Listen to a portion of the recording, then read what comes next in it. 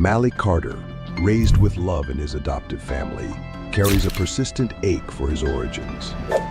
When a faded name leads him to shocking truths about a millionaire father and a terminally ill birth mother, Malik faces a choice: dig into the past or safeguard his present family. This revelation will forever change his life. Join us to unravel this heart-wrenching story. In a cozy room adorned with lavish decor, the golden glow of chandeliers cascaded softly from the ceiling, enveloping the space in a warmth that was both intimate and dignified. In one corner, an old speaker hummed out the mellow strains of classic jazz, weaving itself seamlessly into the affectionate atmosphere. On a long table draped in a white lace-edged cloth, everything was meticulously arranged. White porcelain plates with vintage patterns sat next to sparkling glass goblets. At the center of it all stood an ornate Fox wedding cake, a wistful echo of a ceremony held 45 years ago. Along the table were neatly aligned family photos, snapshots from a time when the parents were young, all the way to the present, their hair now silver with age. The gentle clinking of glasses rang out, each chime like the heartbeat of the gathering, mingling with the playful laughter of relatives and loved ones. An elderly aunt began recounting tales of the wedding day, her eyes alight with a glow that only cherished memories can bring. Curious children encircled her, their questions tumbling out in a flurry of innocent wonder.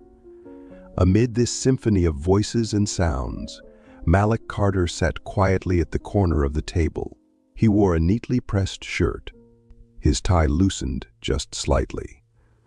A glass of red wine rested in his hand, yet he merely swirled its contents without taking a sip. His gaze did not linger on the table or anyone nearby. Instead, it seemed to pierce through the air itself, adrift in a sea of unspoken thoughts, lost within the endless expanse of his mind. Malik stood quietly in the corner of the room, his hand gripping the glass of red wine in a posture that was both rigid and uneasy.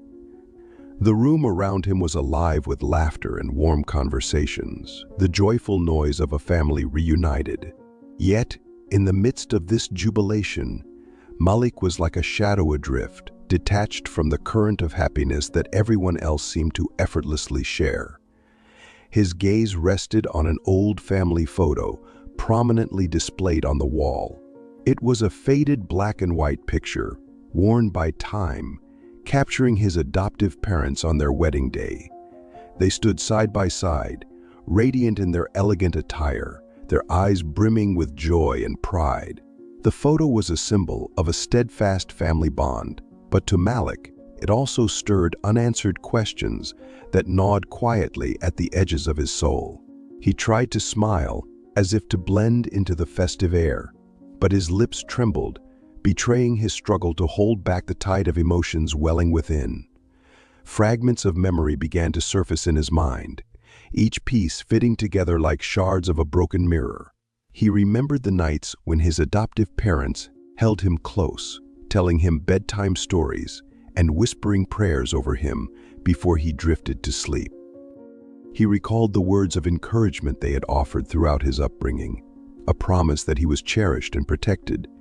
But Malik could not escape the shadow of the unanswered questions, the ones about his origins, about the woman who had brought him into this world.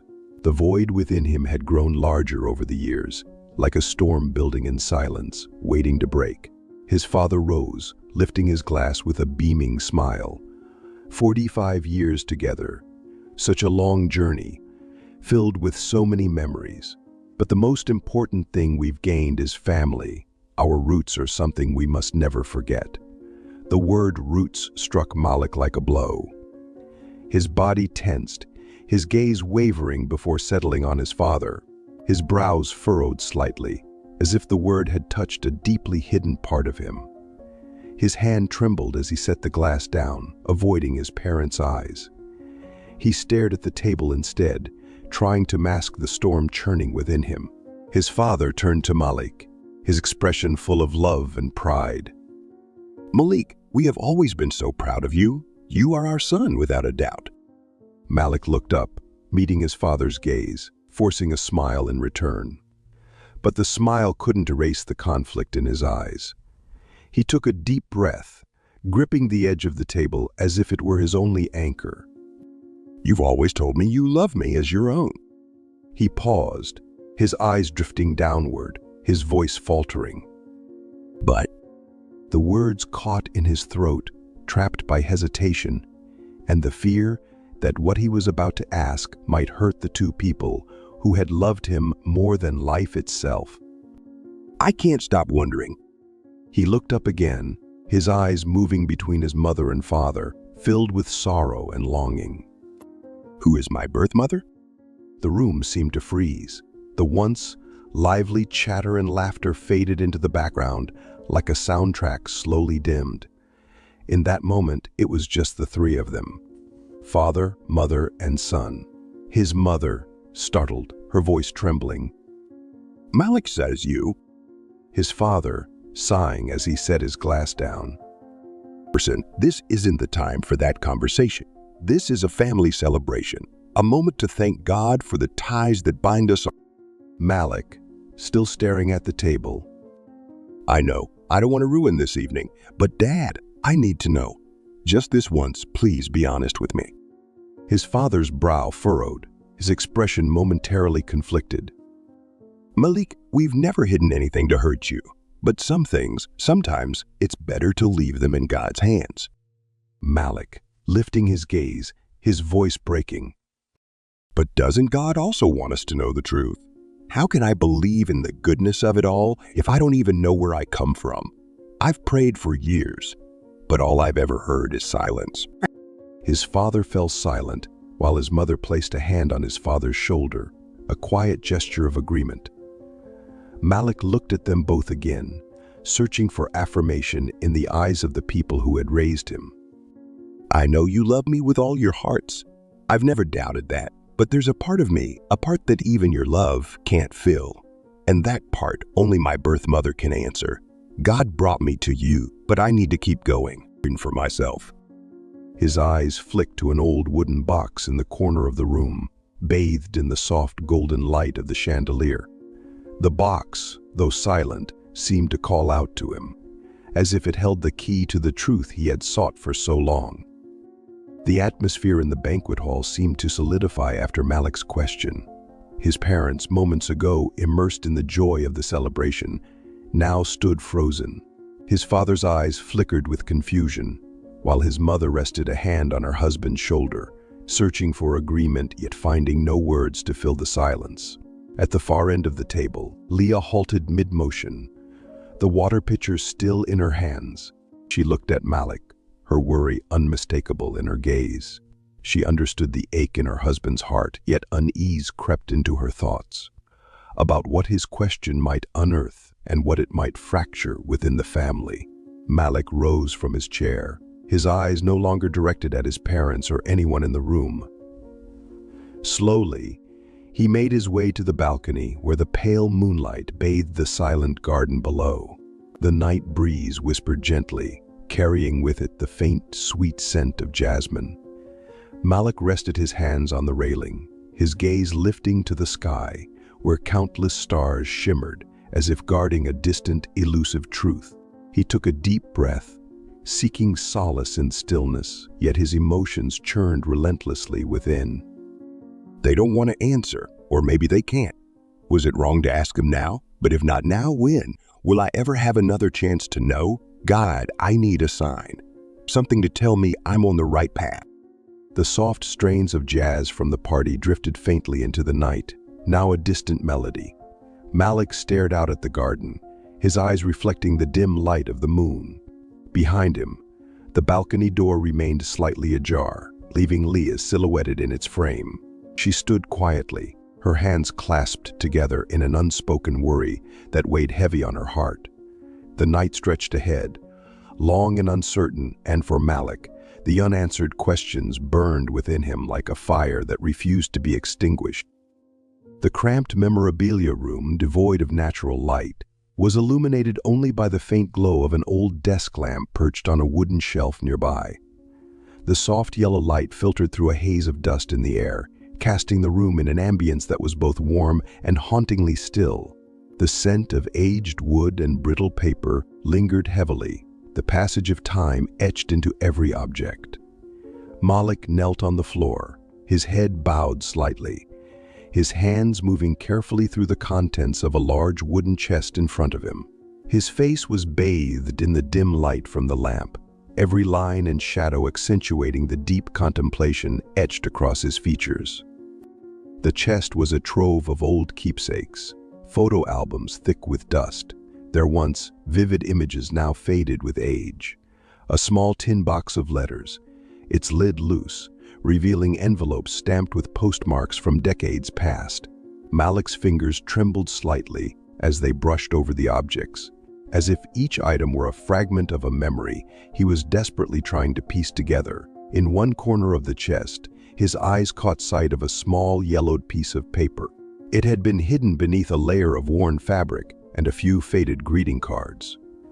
Malik froze, his gaze fixed on the paper's edge, peeking out, his breath catching as a sense of quiet urgency gripped him. Malik sat motionless, his eyes fixed on the piece of paper in his hand. The faded words seemed to carve themselves into his mind, but none more deeply than the simple, weighty line, birth mother's name, Gloria Y. His hand trembled slightly as his finger traced the letters, as though he was trying to draw something tangible from the yellowed scrap of paper. His lips parted as if to utter the name Gloria, but the sound caught in his throat. His mouth was dry, and his heart pounded fiercely, as though a fragment of the answer he had sought his entire life lay right here within his grasp. From beyond the door, a sliver of light spilled into the dim room, casting a faint shadow. Leah stood there, her hand resting lightly on the doorframe, her gaze filled with quiet concern as she watched her husband. Leah, her voice soft, stepping inside. "Malik, did you find something?" Malik didn't answer immediately. Slowly, he folded the paper, setting back in the box, though his eyes lingered on it, unwilling to let it go. Leah, kneeling beside him. "Malik, why are you chasing this now? I thought we'd moved past it." Malik lifted his head, and Leah saw something in his eyes she had never seen before, a fire, raw and unyielding, the gaze of someone who could no longer ignore the truth. Malik, "Leah, you don't understand. I've lived with this question my entire life. Who gave birth to me? Why did she leave me? Why has no one ever told me anything about her?" Leah, her voice sharper now. "And what about me? What about Caleb? Don't we matter to you? You're letting the past tear this family apart, Malik." Malik sat up straighter, stepping forward to grasp her hands. His voice, steady and resolute, made her pause. "Malik." "Leah, I love you. I love our son. You know that. But you also have to understand, I can't live my entire life with these questions hanging over me. I can't turn my back on the truth. I can't keep carrying this hole in my heart." Leah searched his face, her eyes softening, though her worry remained. "If you go looking for answers, what if you don't like what you find? What if it hurts you, hurts us even more?" Malik, gripping her hands tighter. "Maybe it will. But I have to do this. I promise, Leah. I promise I'll come back. I promise I'll keep us whole. I'll keep our family whole." Leah pulled her hands away, standing and turning her back to him, her tears slipping down unseen. "Leah," her voice low. "Just don't forget, your real family is here, Malik. Me and Caleb." Malik watched as Leah walked out of the room, leaving him alone with the paper and the storm of thoughts swirling within him. The room fell silent. The light from the desk lamp grew dimmer as Malik leaned forward, his eyes locked once more on the faint words etched into the fragile paper. Birth mother's name, Gloria Y. Around him, the darkness seemed to close in, swallowing everything but the pale yellow light illuminating his face. A face etched with determination, fear, and an indescribable yearning. Malik sat there, unmoving, his hand clutching the paper as if letting go would sever the tenuous thread that connected him to his past. From the distance came Leah's voice, soft but heavy with worry and sorrow. "La, if you go, don't let everything fall apart." Malik lifted his head, his gaze flickering uncertainly before returning to the words on the page. In the stillness of the room, one name stood out, glowing like a beacon in the dark. Glowing like a beacon in the dark. Malik sat in silence, his eyes fixed on the faded words. Gloria W. The name felt like an invisible thread pulling him away from the comfort of the life he had known, forcing him to confront questions he had never dared to ask. Outside, the wind whispered faintly against the window, as if calling out to him with a voice only he could hear. Malik closed his eyes and took a deep breath. In the shadowy stillness of the room, a decision formed. A decision formed. A decision he knew he could not turn back from. He would not stop until he uncovered the truth. Was Gloria W?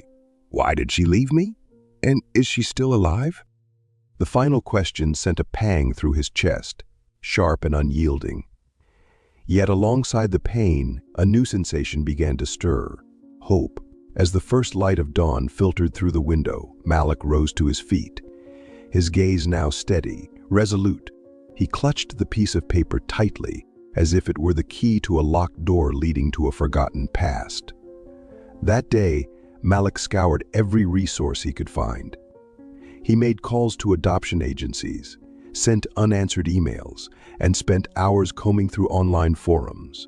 By the time night fell again, he held his first lead, a small community center in Chicago, where the name Gloria W. had once appeared in old record.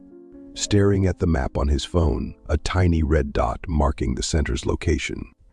Malik felt his heartbeat quicken, a mix of anticipation and fear. Under his breath, he murmured, as though speaking to himself or to the ghost of Gloria W. that now haunted him. If she was there, I'll find her, even if I have to unearth every piece of buried memory. With a small suitcase in hand, Malik stepped out of his house, his face illuminated by the dim glow of the streetlights. In the stillness of the night, he knew he had embarked on a journey that would change his life forever.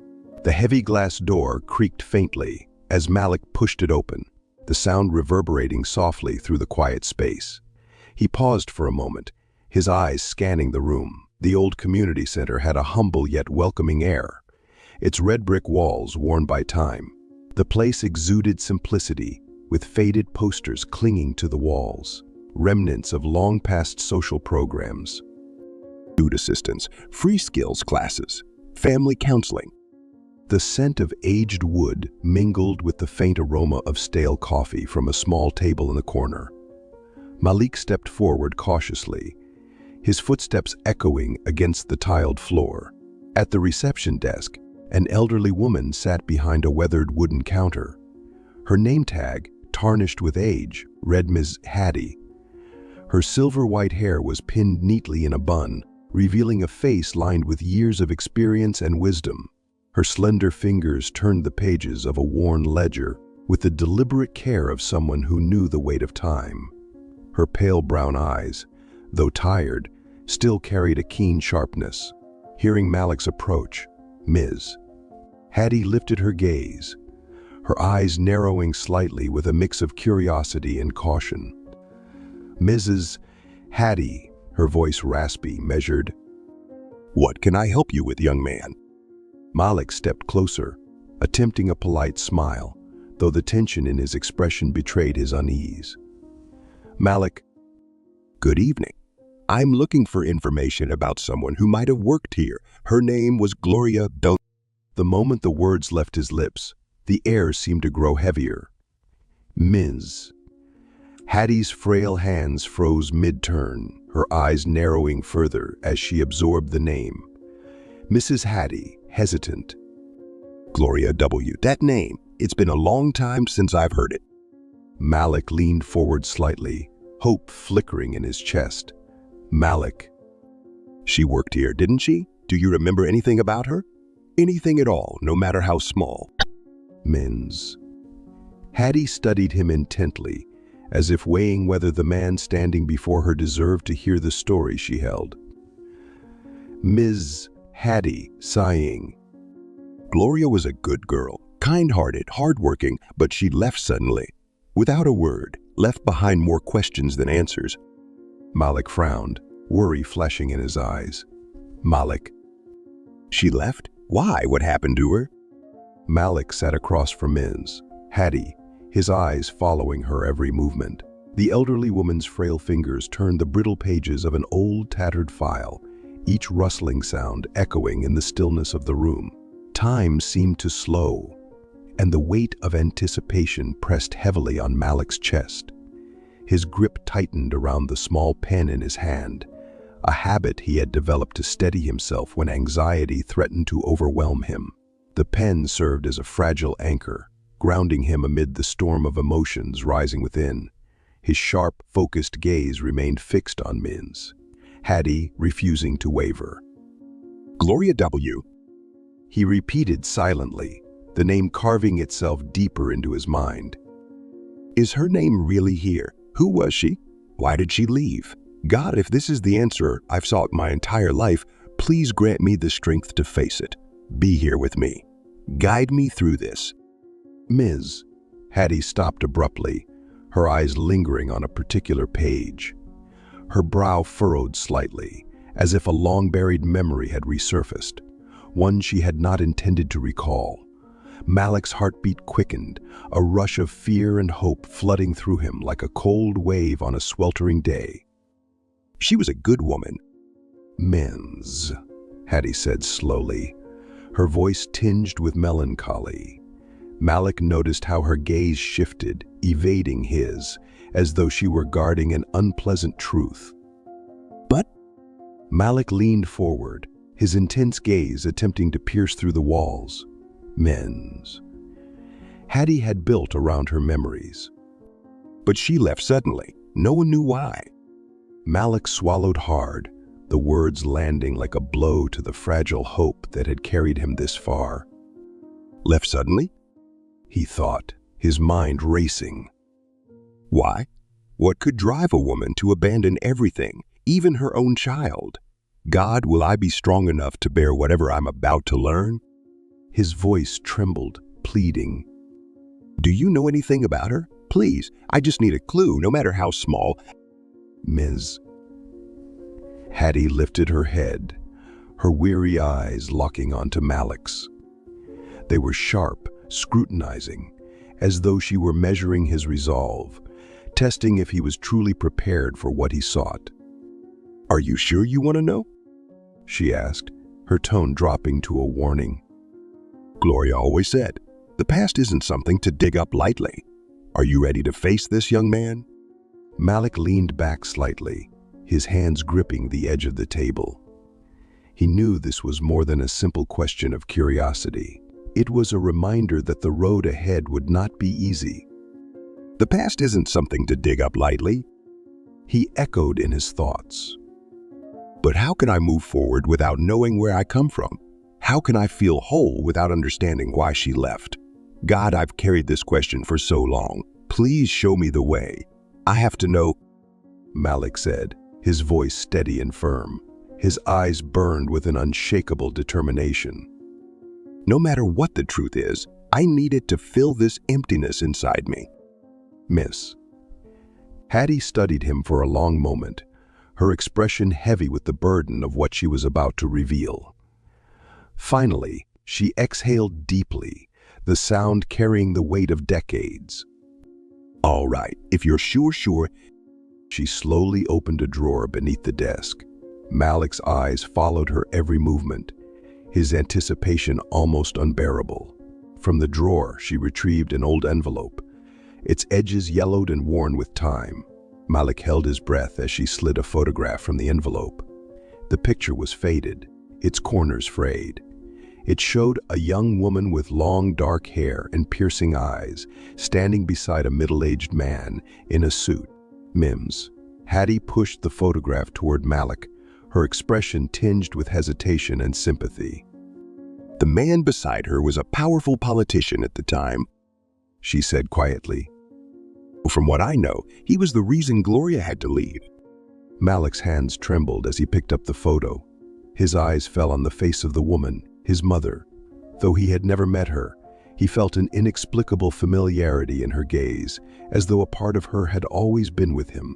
But when his eyes shifted to the man standing beside her, a chill ran down his spine. "Who is he?" Malik whispered, his voice barely audible. "Why is he with her? What happened between them?" Ms. Hattie's gentle touch on his hand interrupted his spiraling thoughts. "You need to know," she said, her voice low and heavy with meaning, "that what you're searching for may not be what you want to hear. Gloria gave up so much to protect you. Remember, she always prayed for you even when she couldn't be with you." Malik lifted his gaze, staring out the small window in the room. "Prayed for me? She did that?" he wondered. "And this man, who was he to her? To me?" He stood slowly, the photograph clutched tightly in his hand. His mind swirled with questions, each one piercing deeper into his heart. He knew the path ahead would be fraught with pain and uncertainty, but he also knew he couldn't turn back now. "God, be with me," he whispered, his voice resolute. "If this truth is your test for me, please guide me through it." With a heavy heart but unyielding resolve, Malik left the community center. Ahead of him stretched a road shrouded in shadows, yet illuminated by the faint, unrelenting light of hope. Malik sat motionless in the car, the dim glow of a street lamp spilling through the windshield, casting sharp shadows across his tense features. In his hand was the worn photograph, its edges frayed with age. Yet it wasn't the image itself that held his focus. It was the scrawled words on the back. "Nathan Sterling, Sterling Tech." He turned the photograph over and back again, his gaze lingering on the man in the sharp suit standing beside Gloria. The man's piercing eyes and self-assured smile seemed to taunt him, daring him to uncover the truth. "Nathan Sterling," Malik whispered to himself. "So it's you. Who are you? And why is your name here on my mother's photograph?" Taking a deep breath, Malik's eyes locked onto the address scribbled alongside the name. Sterling Tech. The name stirred a distant familiarity, a corporation often mentioned on news broadcasts. Yet now, it loomed before him, not as a faceless entity, but as the next step in a deeply personal quest. "God, is this the answer I prayed for all these years?" Malik's voice was barely audible, as though speaking into the stillness of the night. "If this is your will, if this is the truth you want me to uncover, please give me the strength to face whatever lies ahead, because I can feel it. This won't be an easy road." Setting the photograph gently on the seat beside him, Malik gripped the steering wheel, his knuckles whitening as he fought to steady himself. The car remained parked, the silence so profound he could hear the rhythm of his own breath. Closing his eyes for a moment, he tried to quiet the storm inside him, but the questions roared louder with each passing second. What did my mother have to sacrifice? What did this man do to force her to give everything up? And if he's connected to me, what kind of truth is waiting for me on the other side? The car rolled along the silent road, the glow of streetlights spilling across the windshield, casting fleeting shadows over Malik's contemplative face. The name Nathan Sterling, Sterling Tech lingered in his mind, each letter etched deeper into his consciousness, as if engraved there permanently. He repeated the name silently, over and over, as though doing so could preserve the fragile determination coursing through him. But as the car turned onto the familiar road leading to his home, a different emotion crept in. A quiet dread, not of answers, but of the confrontation awaiting him with the people he loved most. "Leah, what will she say? She's seen how restless, how tense I've been these past few days. And now with this photo, with this name, can I explain it to her in a way she'll understand? And Caleb, what am I doing to my family?" His thoughts were interrupted by the warm glow spilling out from his house's windows, casting a welcoming light into the dark night. The car eased to a stop in the driveway, but Malik didn't move to get out. In the stillness, he peered through the window. Leah sat on the sofa, the soft glow of a table lamp illuminating her face, accentuating the furrow in her brow. Caleb lay asleep beside her, a book resting open on his chest.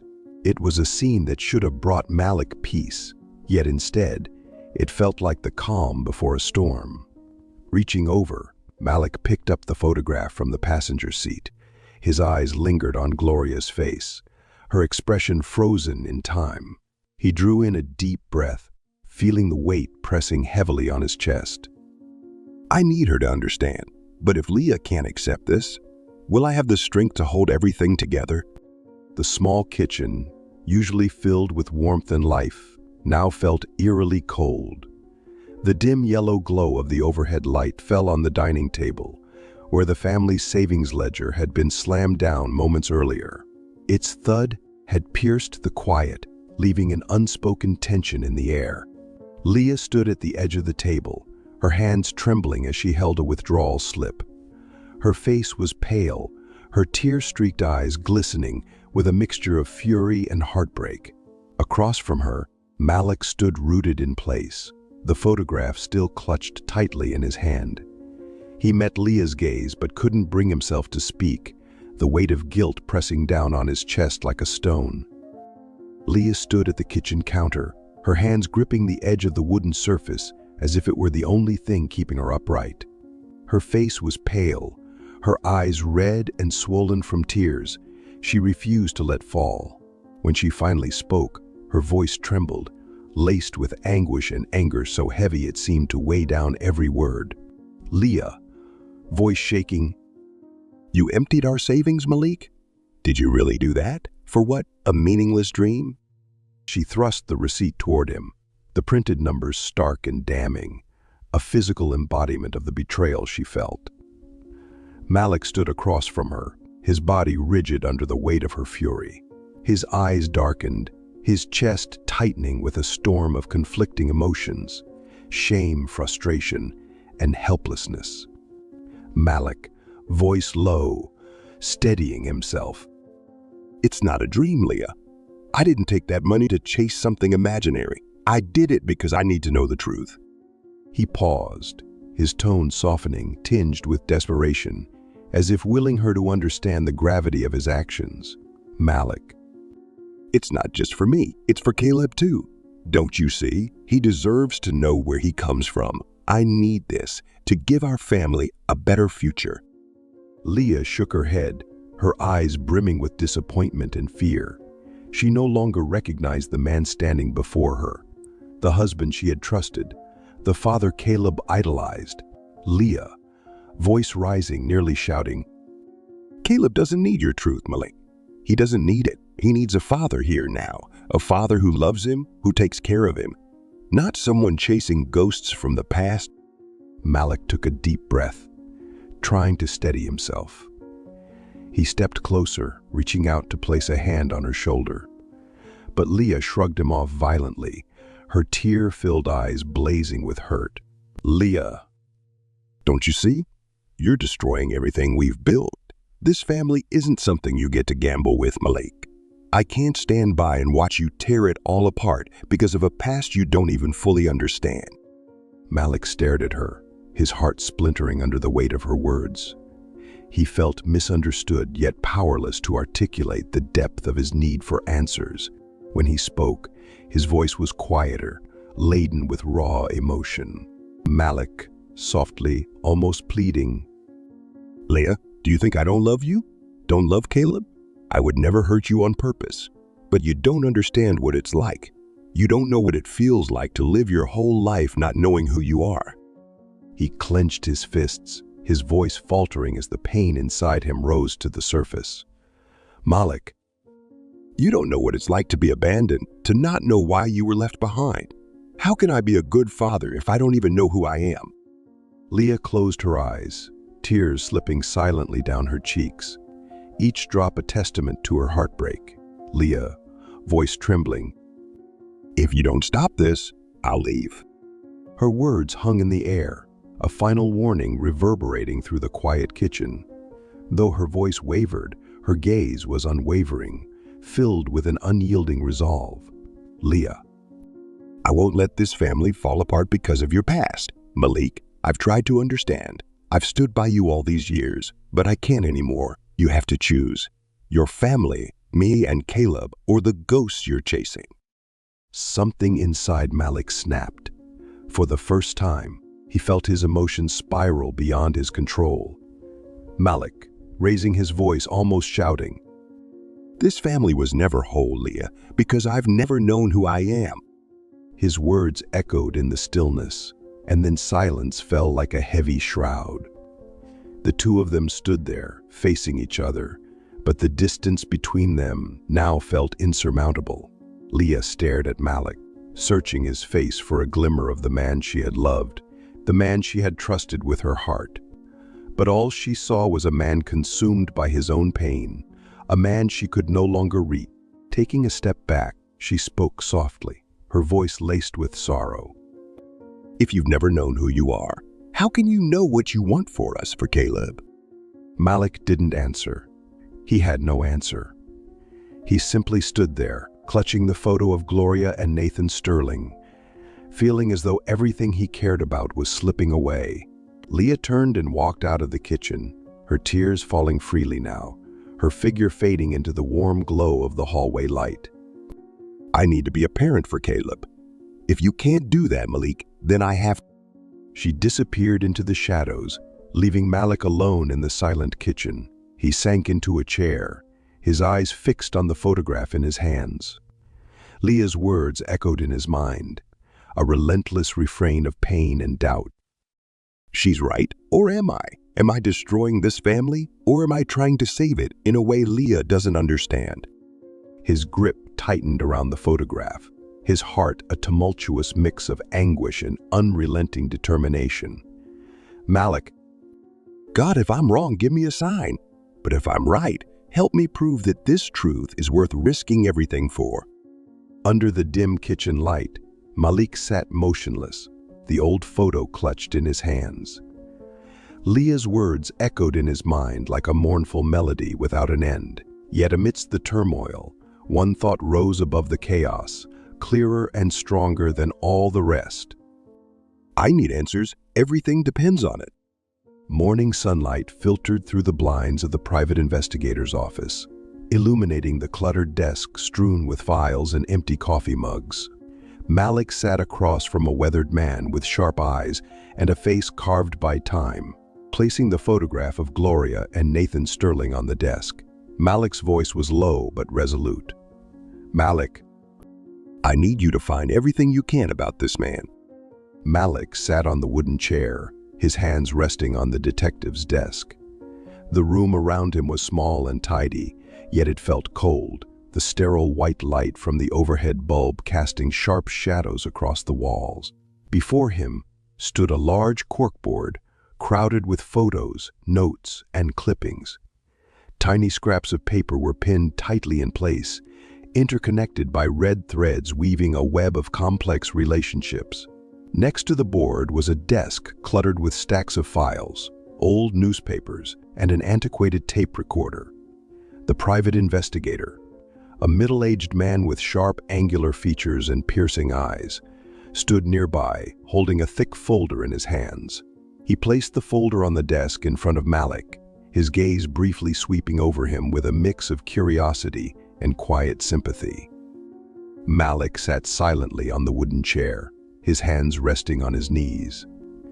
The cold, white light from the ceiling fixture shone directly onto his face, accentuating the tension etched into his features and the confusion swimming in his eyes. Before him, on the desk, lay a photograph he couldn't tear his gaze from. Gloria Washington, his biological mother, standing next to Nathan Sterling, the man whose name had only recently entered his life through fragmented whispers. In the photograph, Gloria held a stack of documents, her expression cautious, almost guarded.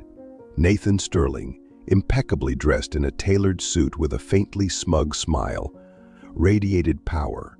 Though their gazes didn't meet, something in the image, a heavy, unspoken tension, hinted at a buried truth, and Malik couldn't look away.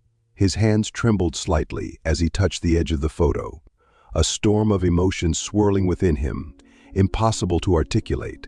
When he finally spoke, his voice was a whisper, fragile and uncertain, barely audible in the stillness. "Malik," shaking. "Is he my father?" The detective, standing across the desk, arms crossed over his chest, watched him with a mix of detachment and reluctant empathy. His sharp features betrayed no clear emotion, but his piercing eyes held a flicker of unease. After a long pause, he finally spoke, his tone measured, each word carefully chosen. "Detective, cautious." "It's a strong possibility, Malik. Everything points in that direction, but I need more time to confirm it. What I have so far is just preliminary evidence." Malik shook his head, frustration boiling over as the detective's answer fell short of quelling the fire raging inside him. His eyes darkened, a storm brewing in their depths. Anger and pain long repressed, now rising to the surface. Malik, forcefully cutting in. "I don't have time. I can't wait. Where is he? Give me his address." The detective sighed, moving slowly toward his desk. Each motion seemed deliberate, as though trying to delay the inevitable. He opened a drawer and retrieved a small piece of paper, handling it with an exaggerated carefulness that only heightened the tension. Before sliding it across the desk, he paused, fixing Malik with a penetrating stare, as if searching his face for hesitation or doubt.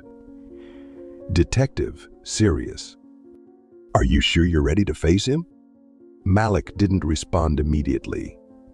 He closed his eyes for a moment, steadying his breath, but the image of Gloria and Nathan in the photograph was seared into his mind, a jagged wound he couldn't ignore. The detective continued, his tone heavier now, laced with genuine concern. "Detective." "Nathan Sterling isn't someone you confront lightly. He has money, power, and the kind of legal team that can silence anyone. If you go to him, you better be prepared for the worst." Malik opened his eyes, locking them onto the detective's. Instead of wavering, the warning only seemed to fuel the resolve burning within him. Malik firmly. "I don't care how much power he has. I need the truth. I've come too far to turn back now." The detective raised an eyebrow but said nothing more. Perhaps he saw the futility in arguing with someone so resolute. He slid the paper across the desk, pushing it toward Malik. "Detective." "This is his main office. Sterling Tech Headquarters." Malik picked up the slip, his eyes scanning the address as though committing it to memory. He folded it carefully, tucking it into his pocket, but the detective wasn't finished. Detective with emphasis. "If you're really going to do this, be careful. Sterling isn't the type to sit back and let someone question him." Malik stood, gripping the paper tightly. His eyes lingered on the detective, as though searching for the right words, but none came. Instead, he gave a silent nod of gratitude. "Thank you. I'll handle it from here." The detective watched him go, his arms folding again across his chest. There was a flicker of worry in his gaze, tempered by a begrudging respect for Malik's unyielding determination. As Malik stepped out of the office, the faint glow of streetlights spilled over his face, highlighting the tension and simmering anger in his expression. He paused by his car, the piece of paper clenched tightly in his hand, his mind racing with unrelenting questions. Nathan Sterling, could he really be my father? What did he do to my mother? Why did she leave in silence? If he's part of this story, I'll make him face whatever truth he's been hiding. Sliding into the driver's seat, Malik placed the slip of paper with the address carefully on the seat beside him, as if it were a compass guiding him on a treacherous journey. "I've come too far to stop now. The truth is out there, and I will find it, no matter what it costs." The steady hum of the car's engine echoed through the silent night. Malik gripped the steering wheel tightly, his eyes fixed on the long road ahead. Pale yellow light from the street lamps flickered through the car windows, casting intermittent shadows on his face, accentuating the mix of anxiety and resolve in his gaze. On the passenger seat lay Nathan Sterling's file, the edges of the papers jutting out from the folder like sharp blades, cutting into Malik's mind. Every photograph, every line of notes seemed to remind him that nothing could ever return to how it once was. He took a deep breath, but the air inside the car felt oppressively heavy. Dear God, Malik thought to himself, am I doing the right thing?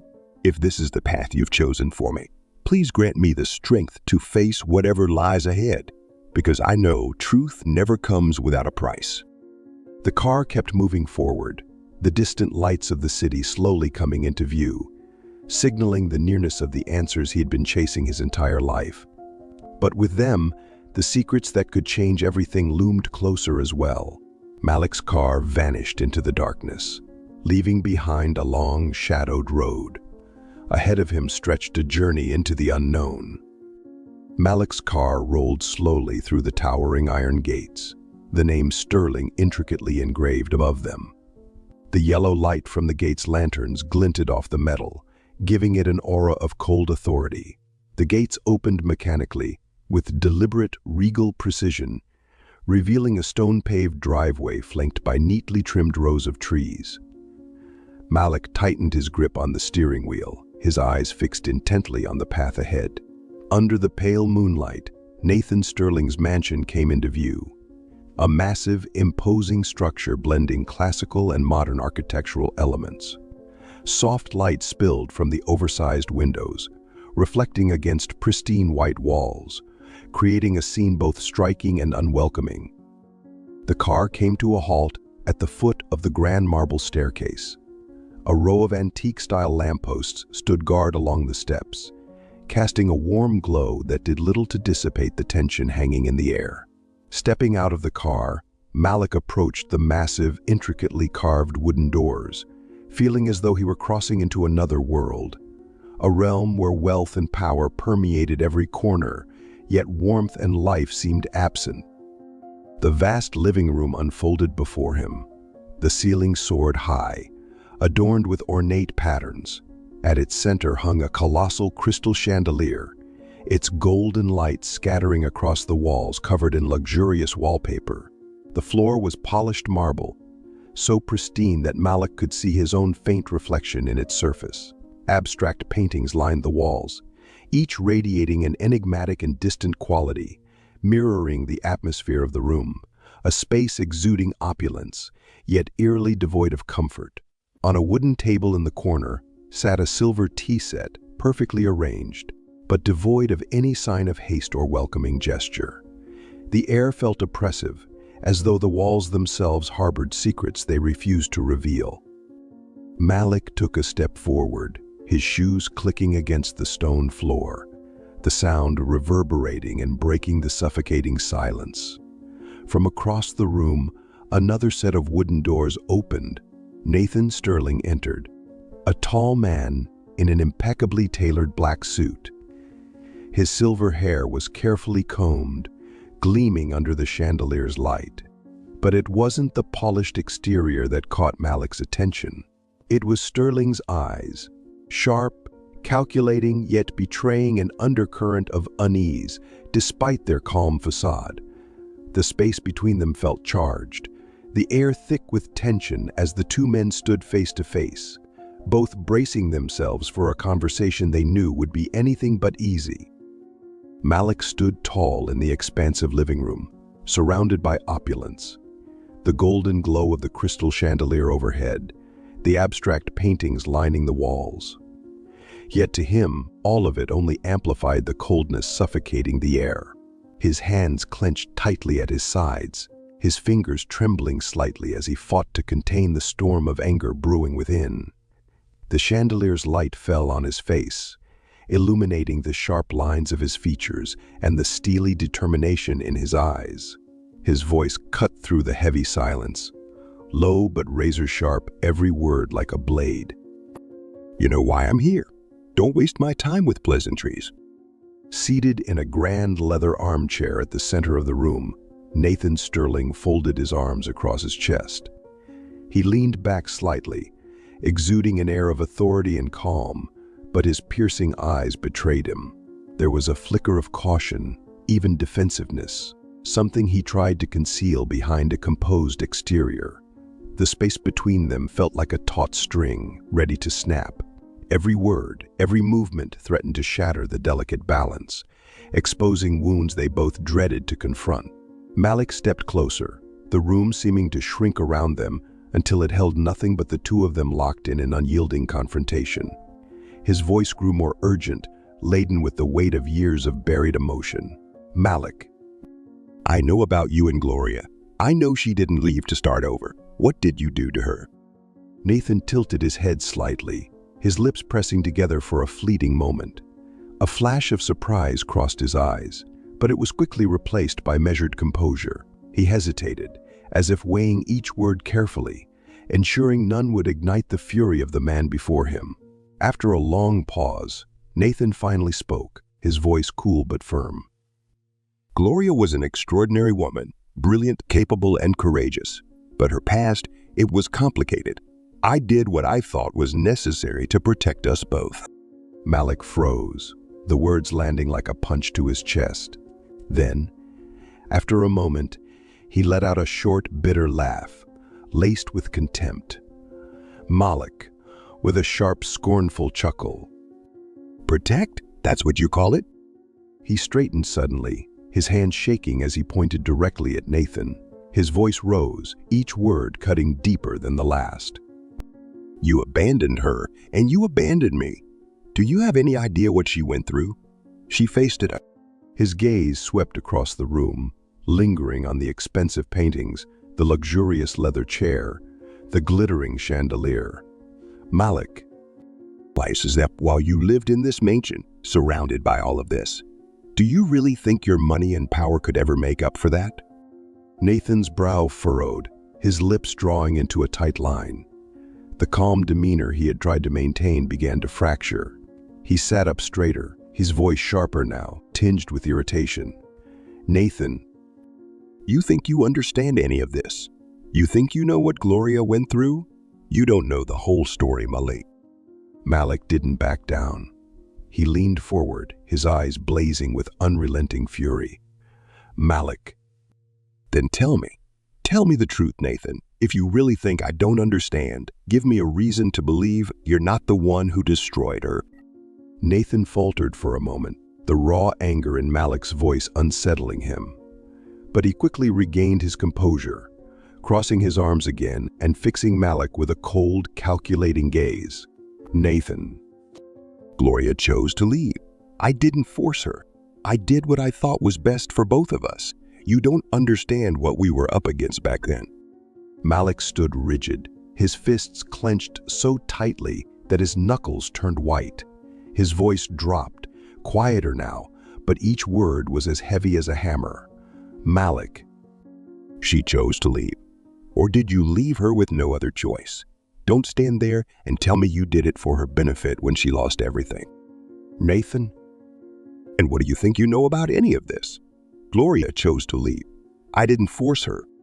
The air in the room seemed to freeze after Nathan's words, as if every sound had been sucked from the space.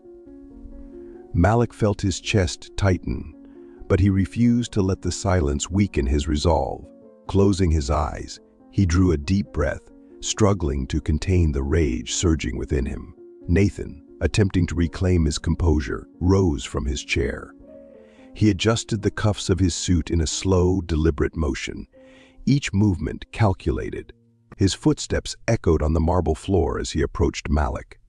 His gaze, sharp as ever, now carried a faint hint of warning, a blend of authority and unease. When he spoke, his voice was deep and steady, but there was an unmistakable tremor beneath the surface, preying a crack in his facade. "Nathan." "You're a smart young man, Malik. I can help you. A substantial financial arrangement, enough to ensure you and your family never have to worry about money again. But I need your word. Say nothing of this. Don't do something reckless, Malik. There are truths better left buried." For a moment, Malik stood silent, his eyes locked on Nathan's. His quiet wasn't hesitation, it was restraint, a desperate attempt to suppress the disgust and fury raging within him.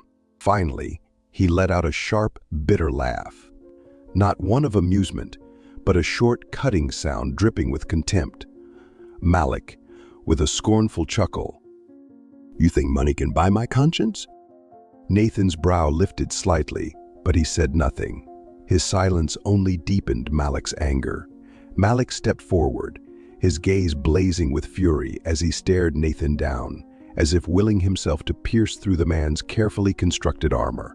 Malik, his voice low, trembling with rage. I don't want your money, Nathan. I don't want your empty promises of an easier life. I want the truth.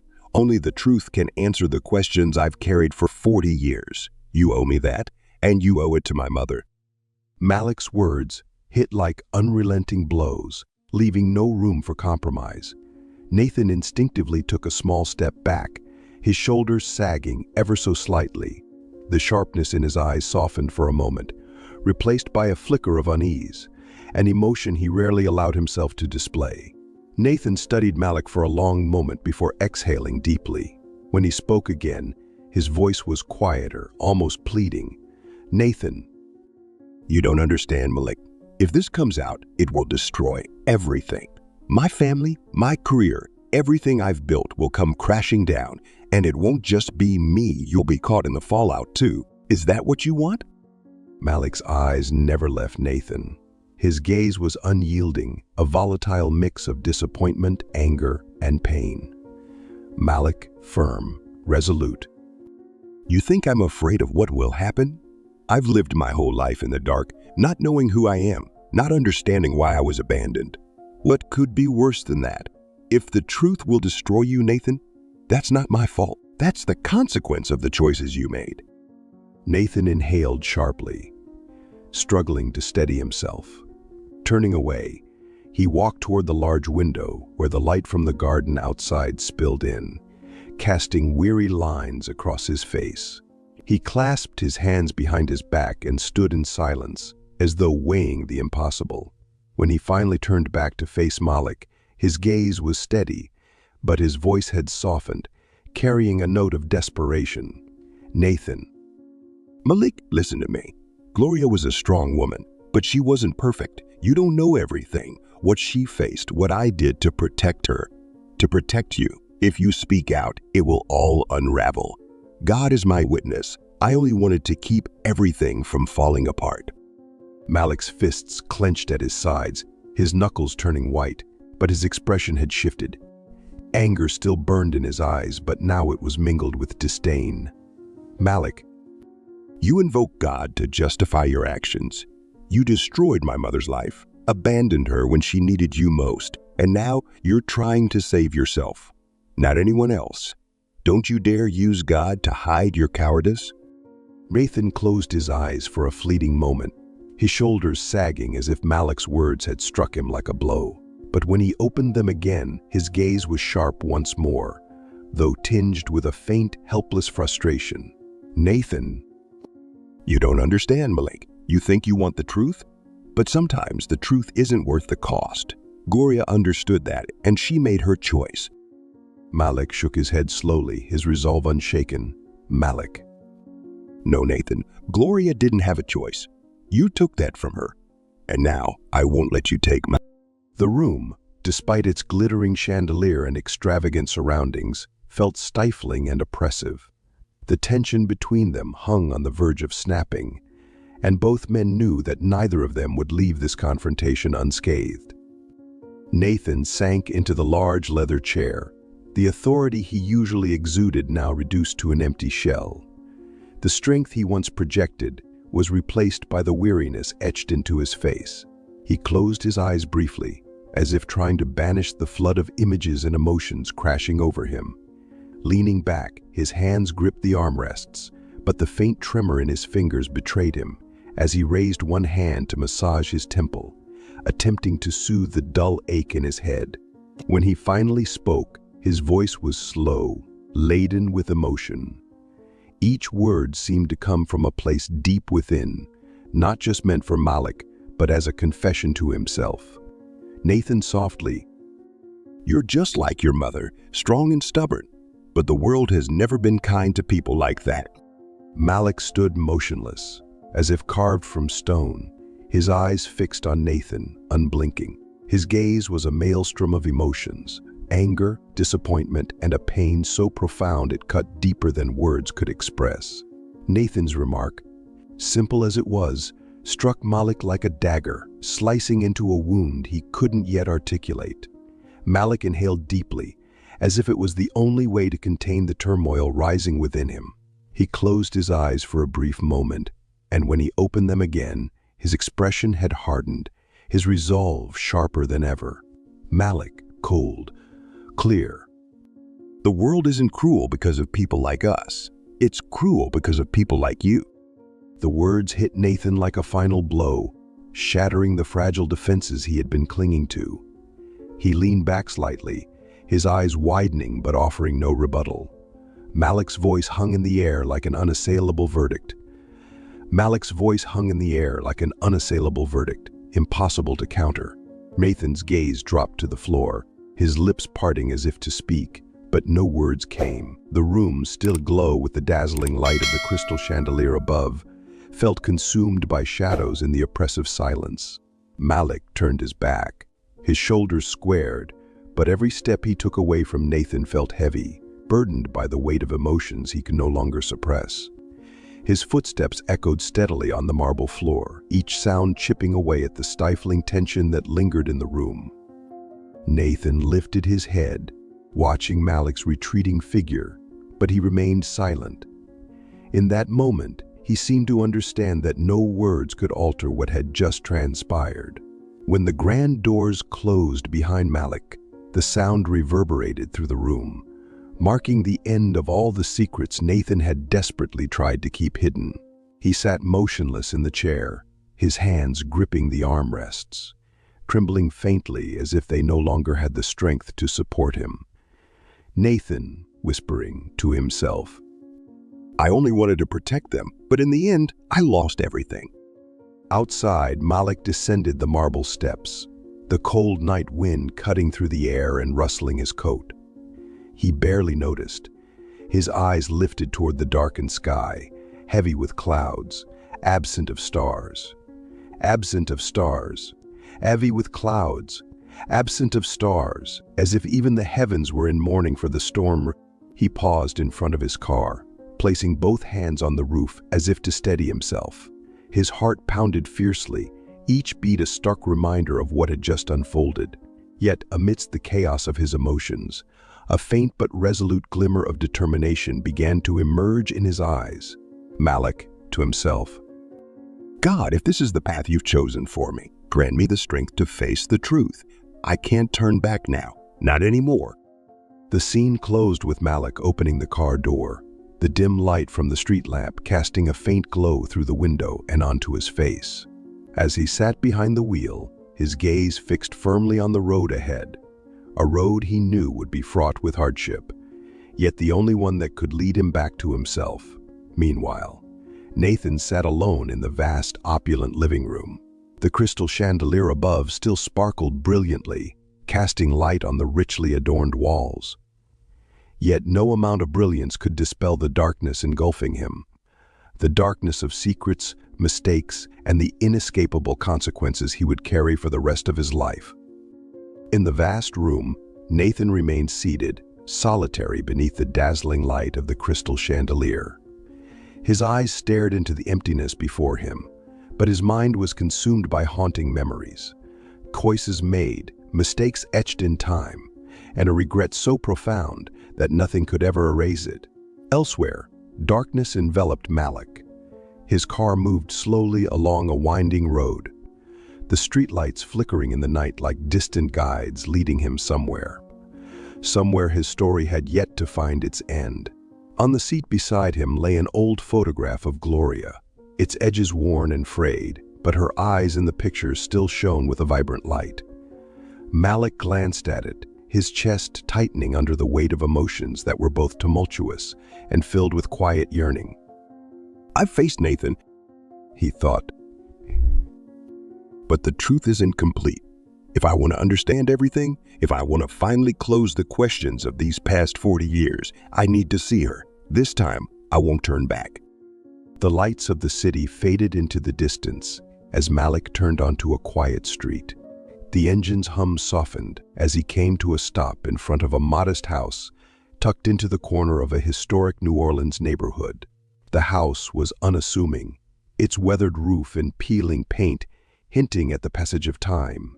A small porch light glowed warmly, casting a gentle halo that felt like a silent invitation. Malik stepped out of the car, taking a deep breath as his eyes settled on the old wooden door. He stood motionless in front of the house, partially hidden under the branches of an ancient oak tree. The house, though simple, carried an air of quiet resilience. The faded roof tiles and worn walls bore the marks of years gone by, while the soft yellow light from the porch lamp illuminated the path ahead, creating a scene both tranquil and oddly familiar. In the distance, the strains of classic jazz drifted from a small bar, blending with the gentle rustle of the leaves in the evening breeze. The melancholic notes of a saxophone mingled with the distinct spirit of New Orleans, carried through the air like a wistful memory. Malik took another deep breath, his eyes fixed on the weathered door before him. Under the dim light, the scratches on its surface seemed to tell the story of a house that had witnessed countless seasons and untold histories. I'm here? He thought, his emotions swirling. She's inside. She's my mother, but will she even want to see me? Inside the house, the space was small but inviting.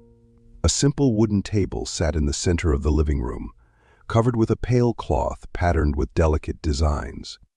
Beside it stood a vase holding fresh wild daisies.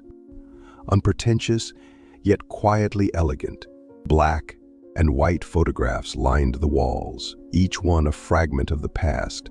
In the soft glow of a table lamp, the faces in the pictures came to life in muted tones.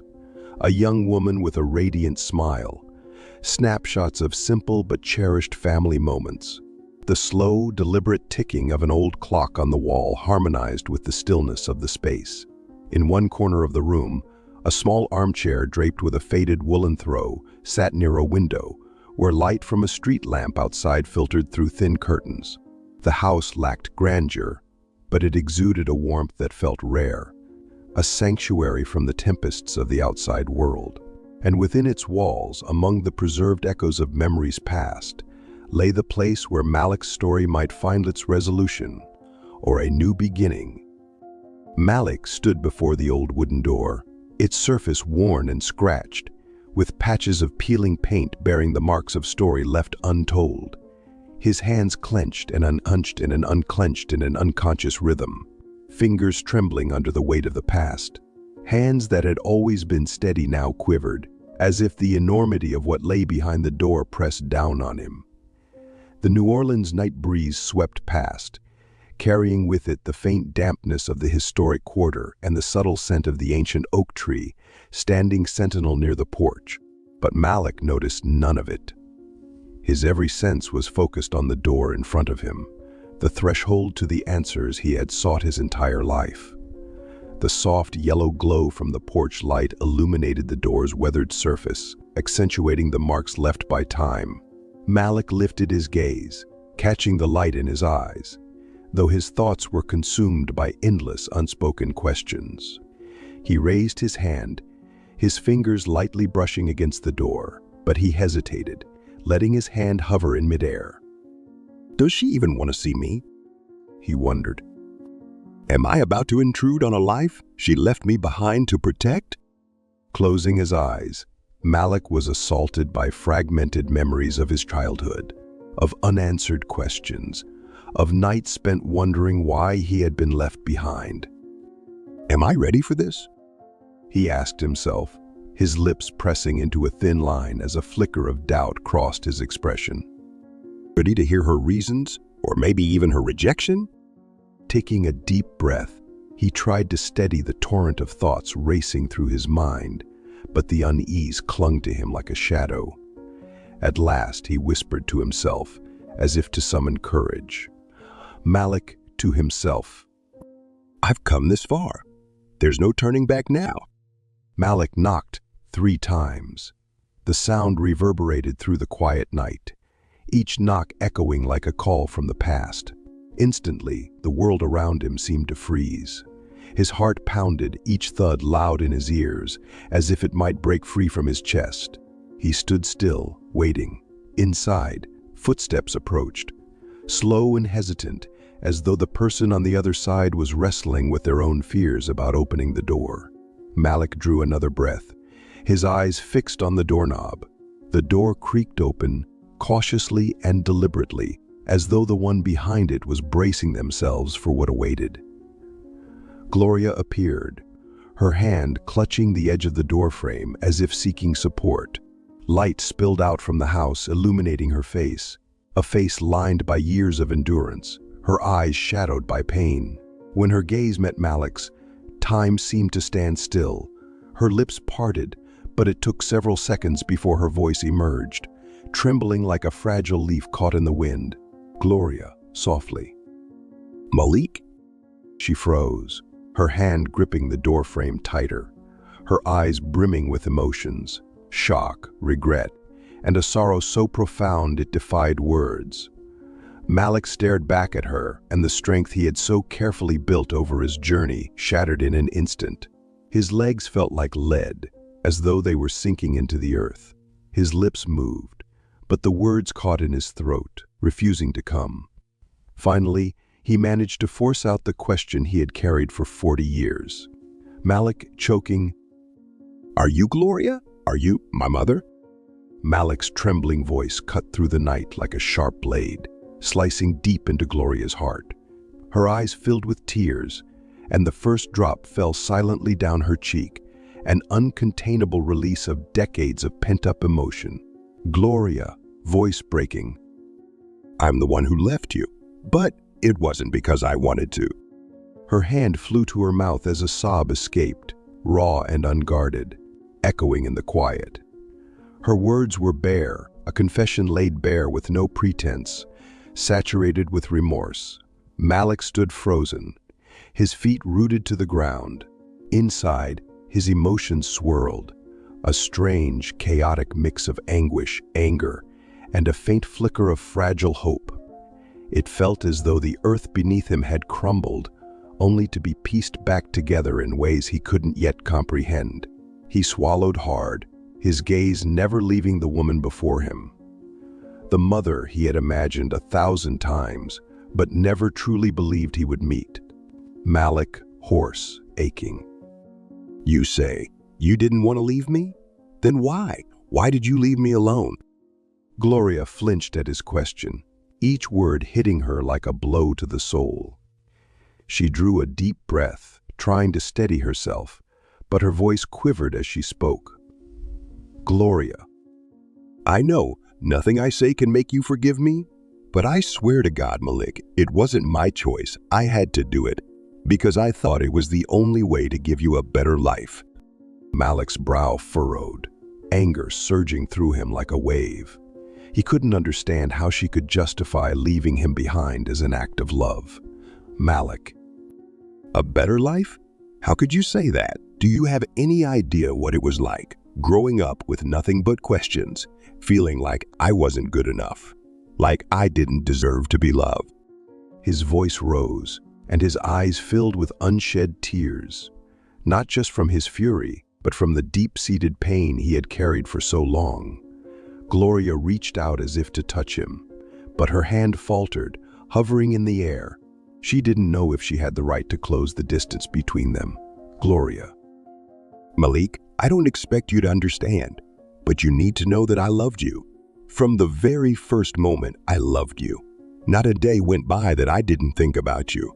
I know I failed you, but believe me, I prayed every day for your safety, for you to have a life better than what I could give.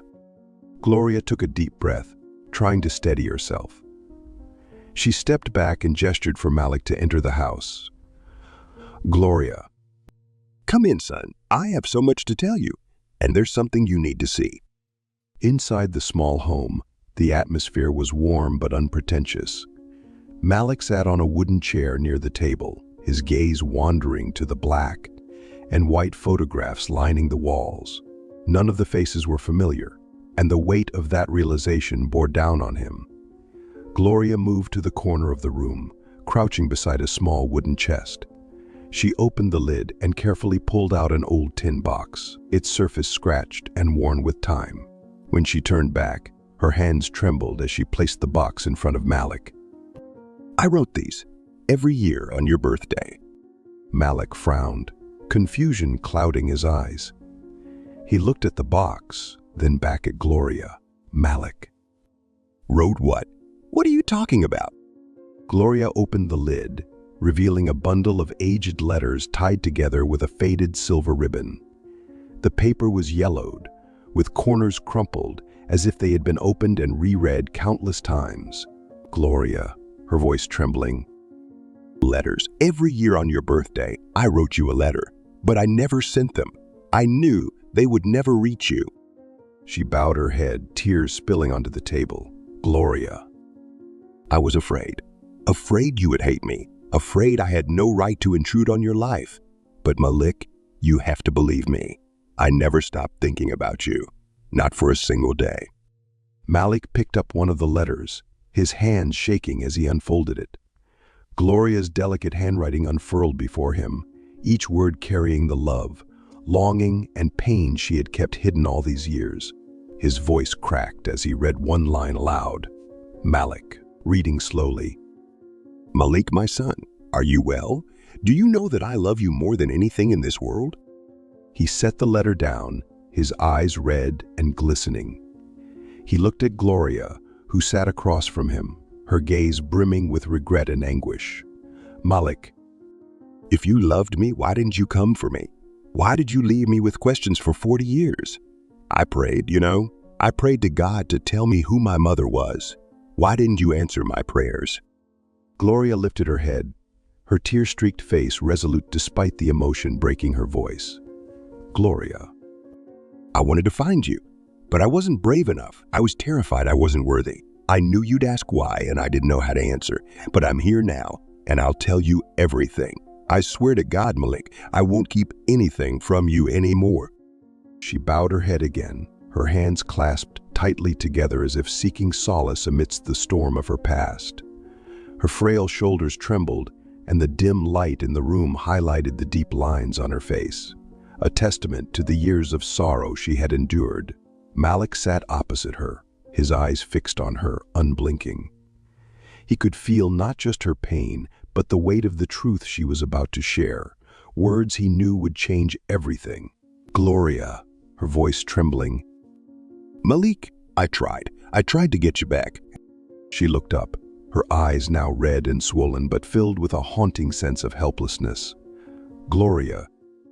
"When you were 3, I came back. I couldn't bear the thought of leaving you behind. I found a lawyer. I told him I would do anything to reclaim my rights as your mother, but Nathan's family—" She paused, her hands gripping each other so tightly her knuckles turned white. "Gloria." "They were too powerful. They had money, influence, and they knew how to destroy me. They didn't just fight in court. They fought to erase me from your life. They turned me into a ghost with no place in your world." Malik frowned, a lump rising in his throat. He gripped the edge of the table as if it was the only thing keeping him grounded amidst the storm of her words. "Malik." "What did they do?" Gloria took a shaky breath, summoning the strength to continue. "They used everything against me, Malik. Everything. They said I wasn't financially stable, that I was poor. They said I didn't have a steady job. They even dredged up every small mistake I'd ever made to prove I wasn't fit to be your mother. The court, they believed them." She bowed her head, tears brimming in her eyes. Malik sat in silence, each of her words cutting into him like a blade. Gloria, choking back tears. "I missed you, Malik. Every day, I missed you. I couldn't bear to be away from you. But when the court denied me my rights, when I saw them carry you out of the courtroom—" Her voice broke, but she forced herself to go on, her trembling hands resting on the table. "Gloria." "See, I knew I had lost. I wasn't strong enough to fight them, and I lost you. For the first time, Malik took a deep breath, but the air seemed too thin to fill his lungs. A nameless pain swelled within him, leaving him grasping for something he couldn't define. Malik, his voice hoarse, almost accusing. Then why? Why didn't you try again? If you loved me that much, why did you give up? His question rang out like a thunderclap, making Gloria flinch. She bowed her head, her tears falling silently onto the table. Each drop felt as heavy as the stones weighing down her heart. Gloria, her voice breaking. Because I was too weak. I had nothing left. They took everything from me, and I didn't have the strength to keep fighting. I thought maybe you'd be better off without me in your life. But God, Malik, God tested me again. Malik looked at her, his gaze a mix of anger, disappointment, and an unbidden compassion that he couldn't suppress. Malik, what do you mean? She lifted her head, her eyes now shimmering with indescribable anguish. Gloria. I became pregnant again. It was a few years after I lost you. I thought if I couldn't have you, maybe I could build a new family, a small family to help me keep going. But one day, in my grief, I drove while I was distraught. I couldn't focus, and she stopped, her hands clutching each other as if punishing herself. Malik didn't speak, but his gaze remained fixed on her. Gloria, her voice breaking. Since I lost that child in an accident, I lost you twice, Malik. Once because I wasn't strong enough to fight, and the second time because I wasn't strong enough to stay in control. Malik froze, his body rigid as if encased in ice.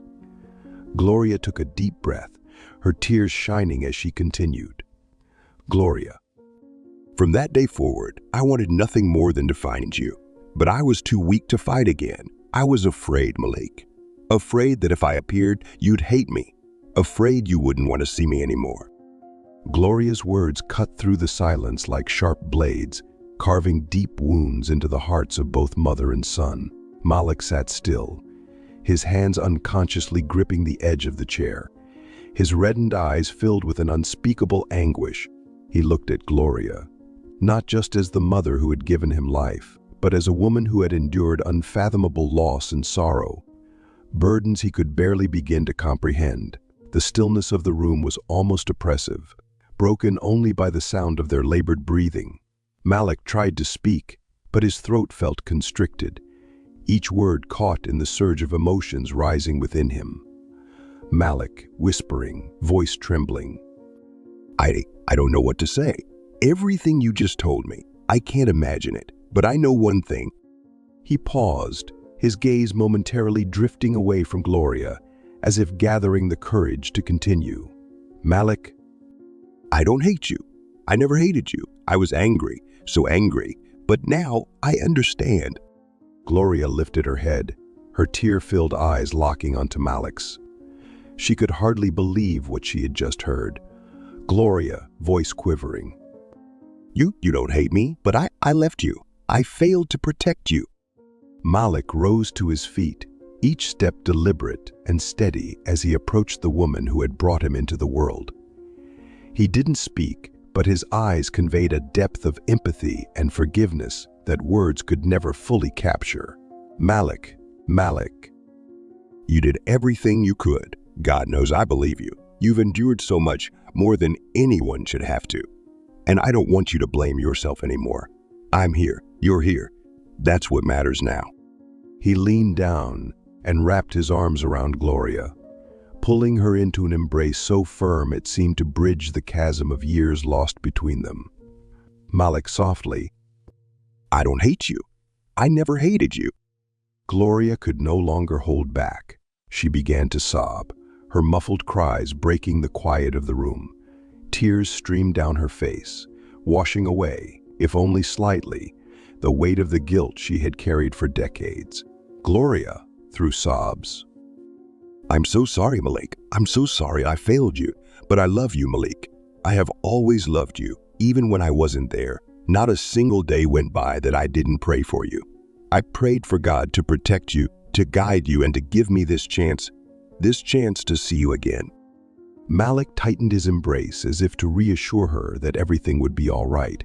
Malik, We've lost so much time, Mom, but I believe God has a reason for bringing us together now, at this moment. We can't change the past, but we can start again. Gloria nodded, her tears still falling. But the despair in her eyes began to give way to a fragile glimmer of hope. Gloria. Thank you, Malik. Thank you for giving me this chance. I never dared to hope that you could forgive me, but you've given me something I never dreamed possible. The flickering light of a small lamp in the corner cast a warm glow over the room, bathing the scene in quiet intimacy. Gloria loosened her hold, but her hand remained clasped tightly around Malik's, as if letting go might cause him to disappear once more. Gloria, hoarse but gentle. I promise. I will never leave you again. If you'll let me, I want to make up for everything you've endured. Malik nodded, his own eyes still glassy but now reflecting a spark of forgiveness and love. Malik. I'm here, Mom, and I'm not going anywhere. In that moment, amidst the pain and loss, they found each other again. Not perfectly, not completely, but enough to start anew. Malik and Gloria clung to each other, their embrace a desperate attempt to reclaim the years that had slipped away. In the soft light of the room, their tears glistened, silent prayers rising to heaven. The light seemed to illuminate more than the space around them. It lit up the broken, weary hearts of two souls who had endured too much pain, serving as a beacon of hope for a new beginning, however belated yet filled with promise. The sleek luxury car came to a slow stop in front of Gloria's modest house, its headlights casting a harsh light on the small front yard, highlighting the ancient oak tree standing resolutely to the side. Nathan stepped out, his dark suit impeccable, though the weight of exhaustion clung to his every movement.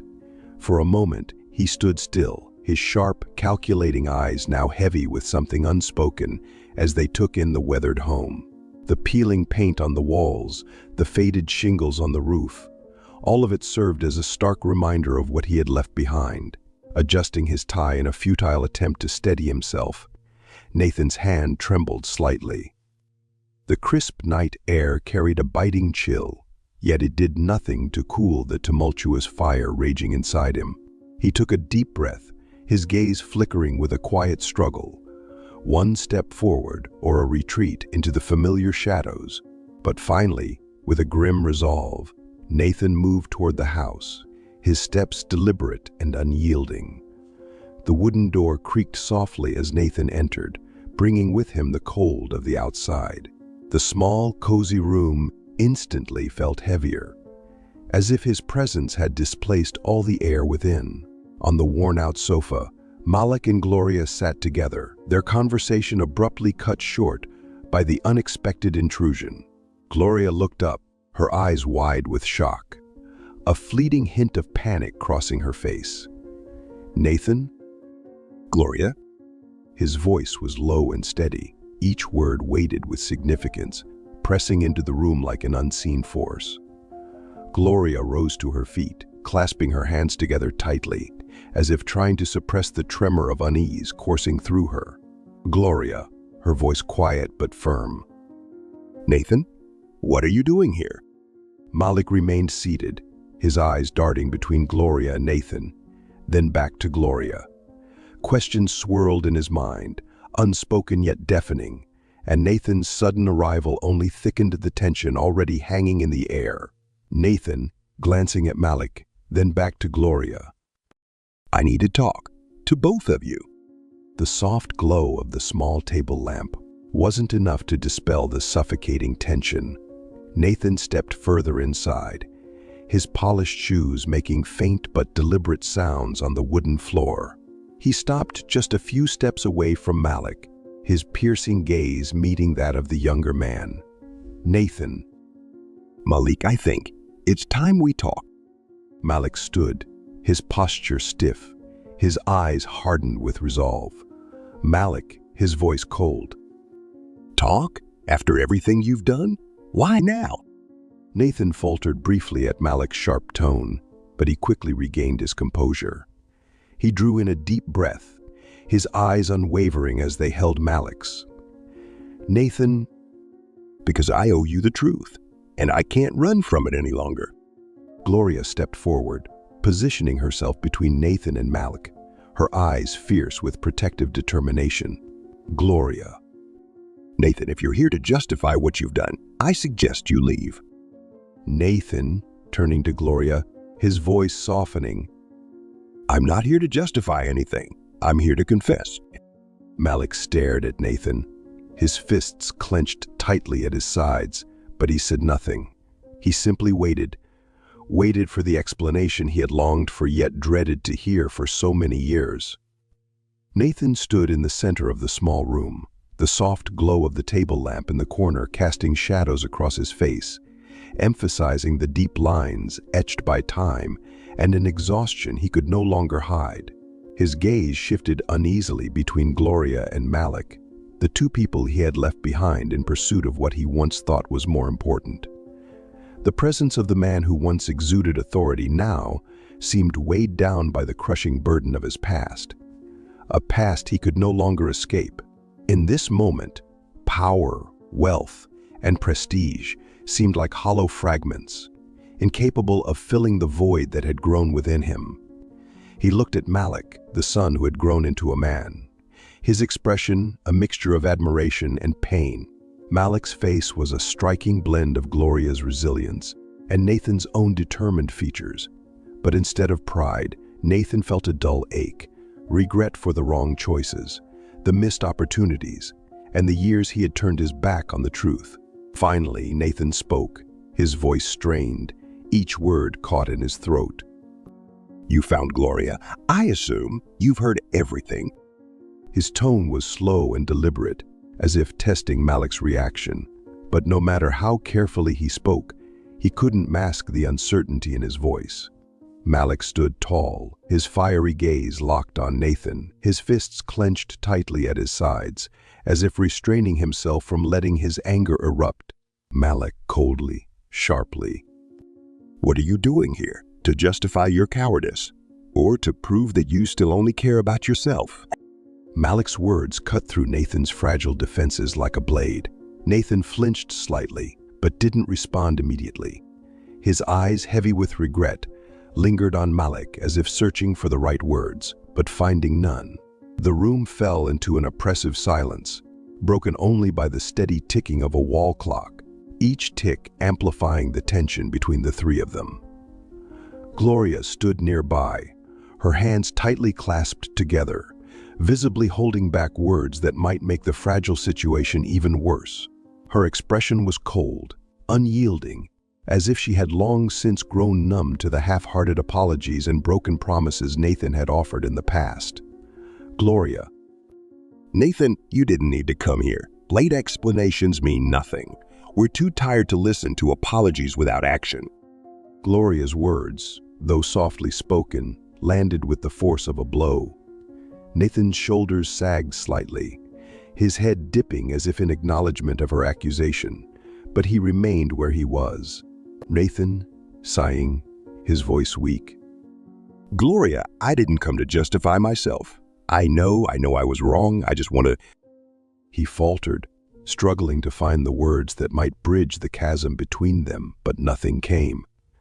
Malik's piercing gaze never left Nathan's face, unrelenting and unforgiving. Malik, bitterly. What do you want, Nathan? Do you want my forgiveness? After everything you've done, do you really think an apology will change anything? You don't understand a thing. Nathan lifted his head, a flicker of pain flashing in his eyes, before he quickly buried it beneath the composed exterior he had perfected over the years. Nathan. I don't expect your forgiveness, Malik. I don't deserve it. But I need you to understand, it took everything in me to come here today. I can't keep living without trying to fix at least some of what I've broken. Gloria let out a short, bitter laugh, her arms dropping to her sides as if to signify she had long since given up on expecting anything meaningful from him. Gloria. You think you can fix this, Nathan? If you truly wanted to make amends, you would have been here long ago. You would have stood by me when I needed you most. You would have claimed Malik as your son from the beginning, but instead you ran. Her words were knives, each one striking Nathan with precision. He took a step back, as if the force of her truth physically pushed him, his pride and defenses crumbling further under her relentless honesty. Nathan. You're right. I ran. I was afraid. I was weak. But I'm here now, Gloria. I'm trying. Malik, interrupting, his voice rising. Trying to do what? Redeem yourself. Prove that you're not as terrible as we both know you are. Don't lie to yourself, Nathan. This isn't for me or my mother. This is for you, to make yourself feel better, so you can sleep at night.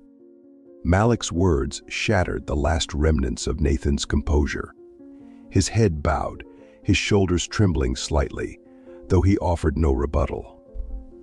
There was nothing he could say to refute the truth. The weight of his choices hung in the room like a tangible force, suffocating and undeniable. Gloria looked at Malik, then back at Nathan, her voice icy but unwavering. Nathan, I won't stop you from speaking. But if you've come here only to seek forgiveness without offering any real change, then you should leave. We've learned how to live without you, and will continue to do so. Nathan lifted his head, his eyes flickering between Gloria and Malik, searching for something. Understanding, absolution, or perhaps just a hint of acknowledgement, but no words came. The room sank back into a heavy silence, broken only by the sound of their strained breathing, each of them carrying the weight of what could never be undone. Nathan took a deep breath, his shoulders lowering slightly as though bracing himself to carry the weight of all his past mistakes. His hand reached up to adjust his collar, but it trembled, betraying the fragility of his last remaining sense of pride. The small room grew stifling, the dim glow from the corner lamp too feeble to dispel the darkness of all that had been left unsaid. Finally, Nathan stepped forward, his gaze flickering between Gloria and Malik, before settling on Gloria's face. His voice dropped low, each word carrying the burden of decades of regret. Nathan, voice low. I was wrong. I never should have let you go like that. He paused, as though the simple act of saying those words had drained all the strength from him. His eyes met Gloria's briefly, but he couldn't hold her gaze. Instead, he looked away, his lips tightening as his attention fell to the floor. Nathan. Back then, I didn't have the courage to stand up to my family. They decided everything for me. My career, my life, even my relationships. I was weak. I let them push you away because I was afraid. Afraid of losing everything they had built, afraid of becoming nothing without them. His words landed in the room like heavy stones, slow and deliberate, leaving behind a resonant ache. Gloria's gaze remained fixed on Nathan's face, unyielding, but hers was not a look of sympathy. It was the look of someone who had grown weary of excuses and half-hearted apologies. Gloria, voice cold, challenging. If you truly regret what you did, Nathan, then tell the world that Malik is your son. I don't need your money. I don't need your apologies. I need you to acknowledge him, not just to me, but to everyone. Nathan flinched at her words, as if she demanded the impossible. He stepped back slightly, his eyes darting nervously, avoiding her piercing stare. Nathan, voice hoarse. Gloria, it's not that simple. You don't understand. If I make this public, it will ruin my family. It will destroy everything I've worked so hard to build. You don't know how harsh the world I live in can be. Gloria let out a short, mirthless laugh, dry and devoid of humor. Gloria, voice bitter. Ruin? What are you talking about, Nathan? Your reputation, your family? What are you so afraid of? That the world will see you for who you truly are. A man who abandoned his child to protect his career and his... If that's all you're afraid of losing, then you've never had anything of true value to begin with. Nathan blinked, his lips pressing tightly together as though to form a retort, but no word came. Malik stepped forward, his movements slow but purposeful as he approached Nathan. Standing tall, he exuded a quiet strength, his gaze blazing with anger, though his voice was calm and deliberate, each word laced with the weight of years of unspoken pain. Malik, voice firm. You're afraid of losing everything. Did you ever stop to think about what I lost? Do you know what it's like to grow up not knowing who you are, not knowing where you belong? Do you have any idea what it feels like to live every day with a hole inside you that nothing can fill? Nathan turned to face Malik, his eyes betraying a flicker of pain he couldn't hide. Yet, under his son's penetrating gaze, he remained silent. Malik continuing, voice rising. I don't want your money. I don't need your help. I don't need anything from you except one thing you've never had the courage to give me: the truth. If you can't even do that, if you can't face what you've done, then why are you here? Malik's words struck like a gavel, a final judgment against Nathan. The older man stood motionless, his shoulders sagging under the weight of years of denial and cowardice.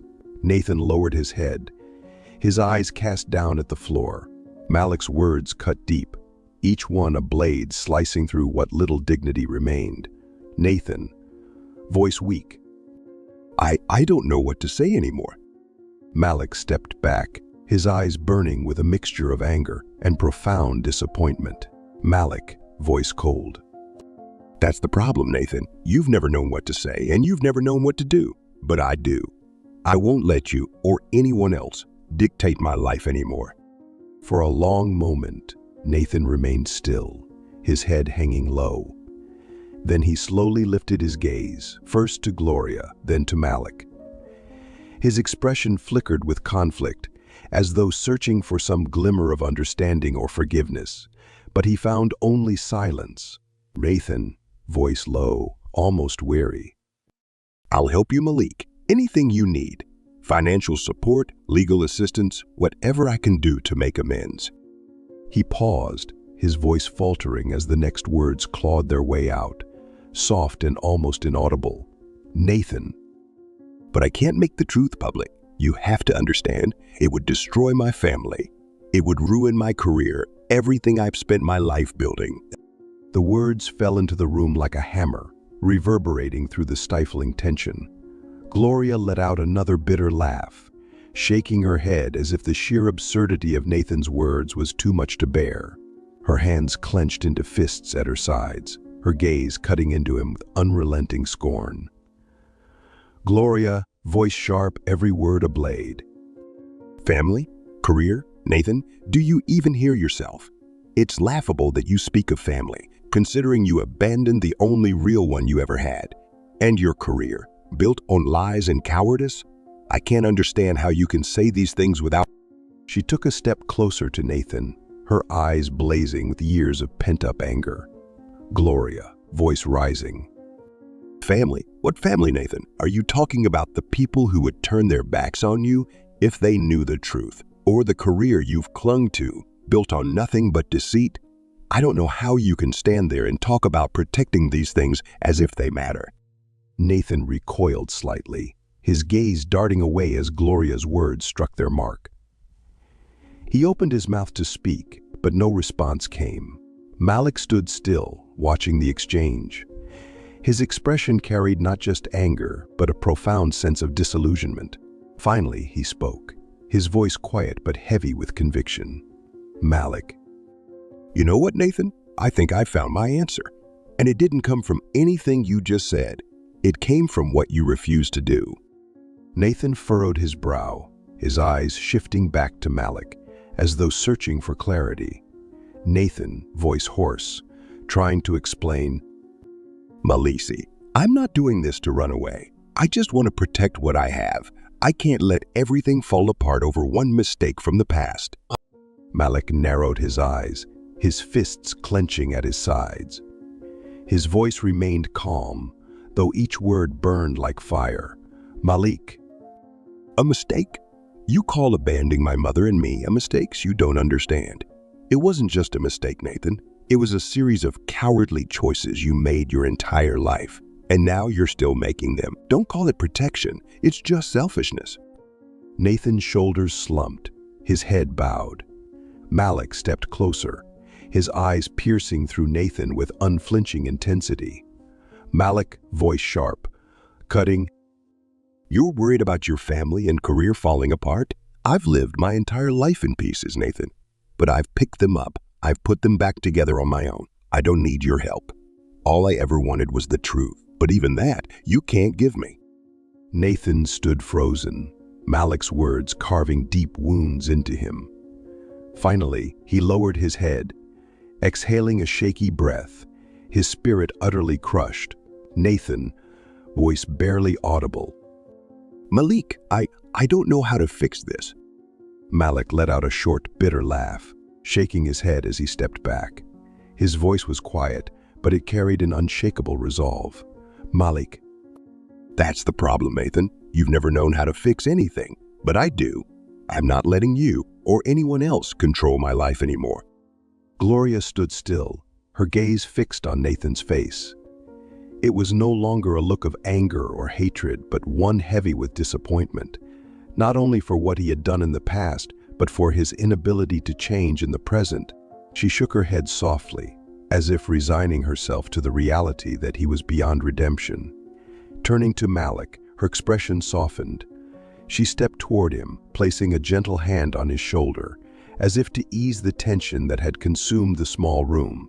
Gloria, voice quiet but resolute.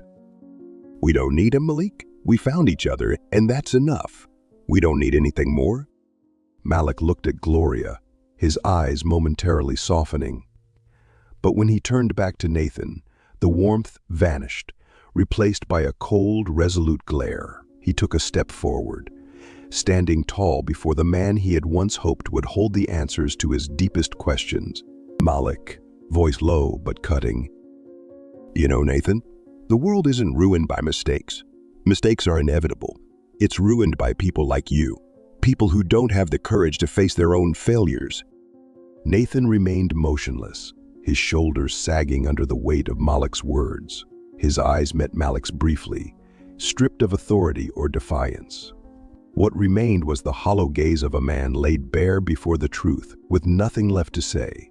Malik didn't wait for a response. He turned away, walking back to Gloria. Taking her hand in his expression softened once more, finding solace in her presence. Nathan watched the two of them, but he didn't move closer. He stood frozen in place, his eyes shadowed in the dim light of the room. A man left behind, eclipsed by his own choices. The weak glow from the corner lamp did little to illuminate the darkness in his heart. Finally, Nathan turned and walked toward the door, his steps heavy as though he were dragging the weight of his regrets behind him. The wooden door creaked softly as it closed, the sound carrying the bittersweet finality of separation. Outside, the night was cloaked in darkness. Nathan paused on the stone walkway, the pale glow of the street lamp casting faint light on his silver hair. A chill wind swept past, slipping through the folds of his suit, leaving behind a biting cold that he couldn't shake. He stopped by the car, his hand resting on the door handle. Instead of leaving immediately, he tilted his head upward, gazing at the sky. The stars shimmered brightly, distant yet unyielding, as though reminding him that the most beautiful things require courage to hold on to. Meanwhile, Gloria and Malik stepped onto the porch. Standing side by side, their hands clasped tightly together, they drew strength from each other's presence.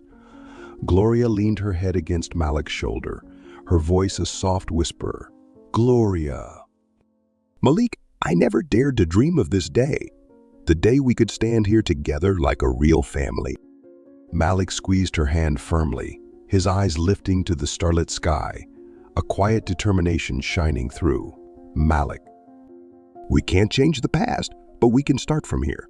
As long as we have each other, Mom." Gloria smiled, a small, gentle smile that carried a hope she had thought lost for years. From a distance, Nathan watched them through the window. He stood motionless, his eyes reflecting the weight of everything he couldn't bring himself to say. At last, he turned away, opening the car door and driving off into the night. On the porch, Gloria and Malik remained, their hands still joined, a quiet strength anchoring them. The soft glow of the street lamp merged with the shimmering starlight above, creating a tableau of quiet serenity tinged with deep emotion. a beginning for a new chapter of reconciliation and unbreakable bonds. On the porch, Gloria and Malik stood still, their hands tightly clasped, as if making an unspoken vow that the pain of the past would no longer have power over them.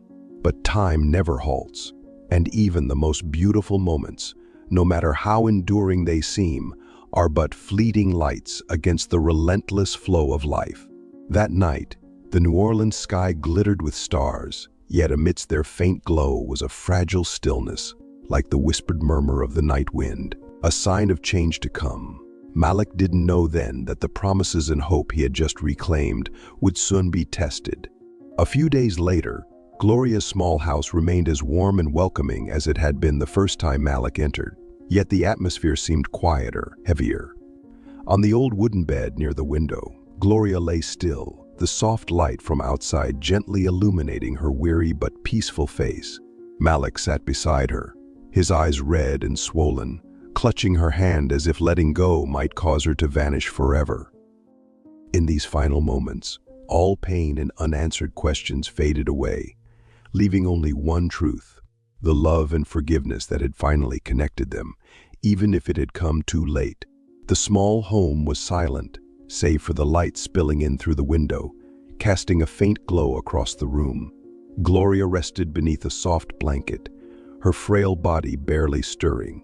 Her face, marked by time and hardship, now radiated a quiet serenity, as though she had found peace at last after a long and tumultuous journey. Malik sat by her side, his large hands gently holding Gloria's small, withered one.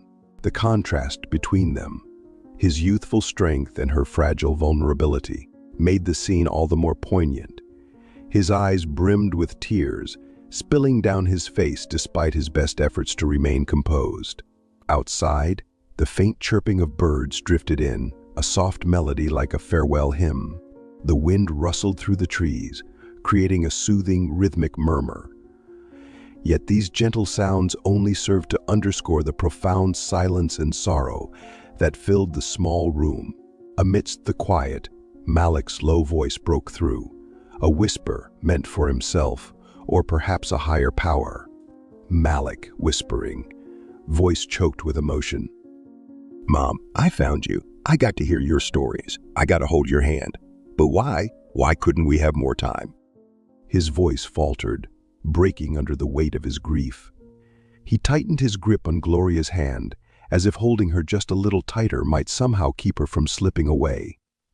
Malik sat beside Gloria, his eyes fixed on her face, tracing every wrinkle, every line etched by a lifetime of sacrifice and love that he had only just begun to understand. His eyes glistened with tears spilling over despite his efforts to remain composed. He swallowed the sobs rising in his chest, determined to stay steady for her.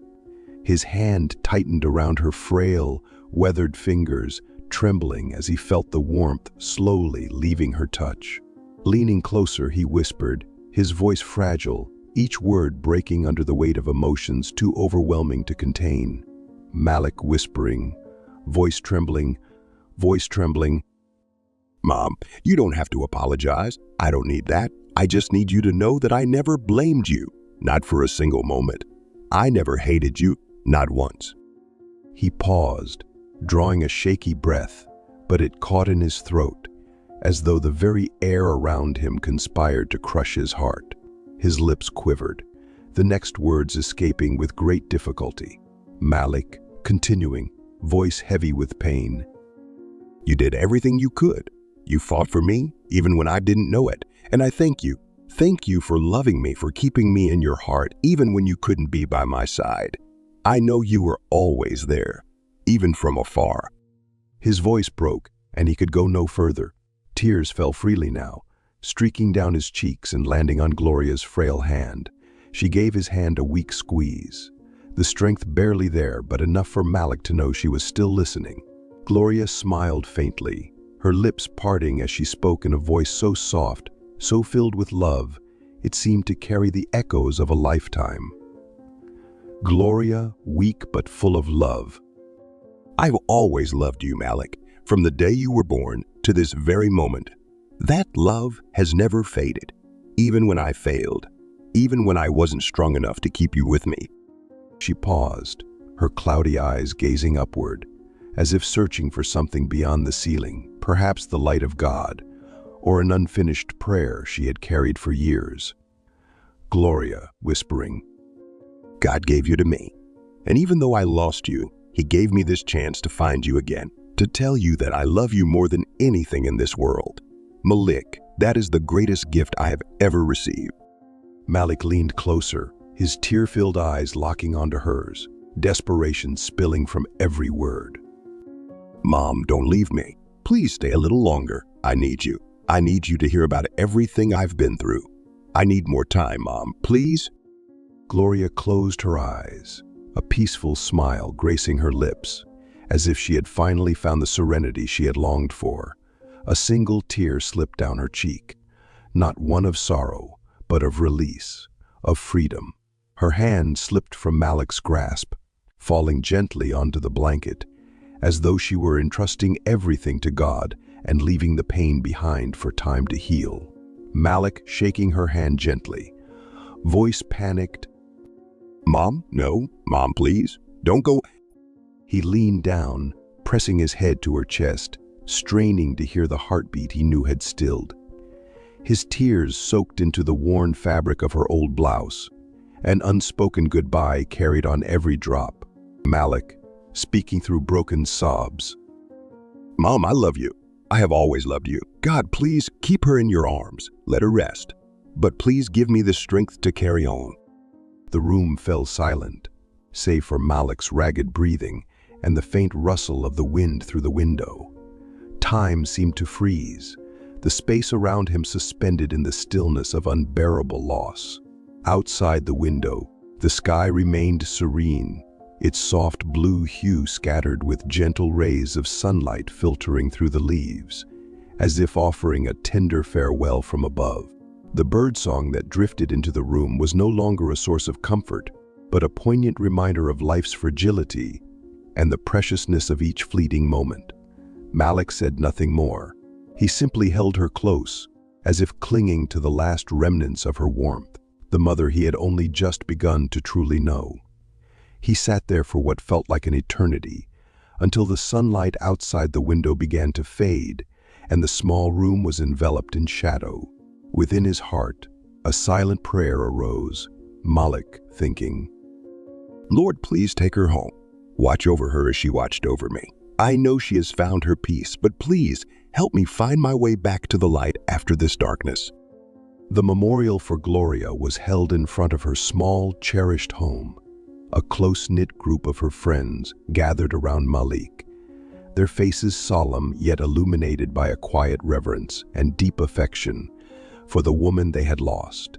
Malik stood at the center, holding the urn that carried his mother's ashes. Beneath the warm sunlight, his face reflected not just sorrow, but also gratitude.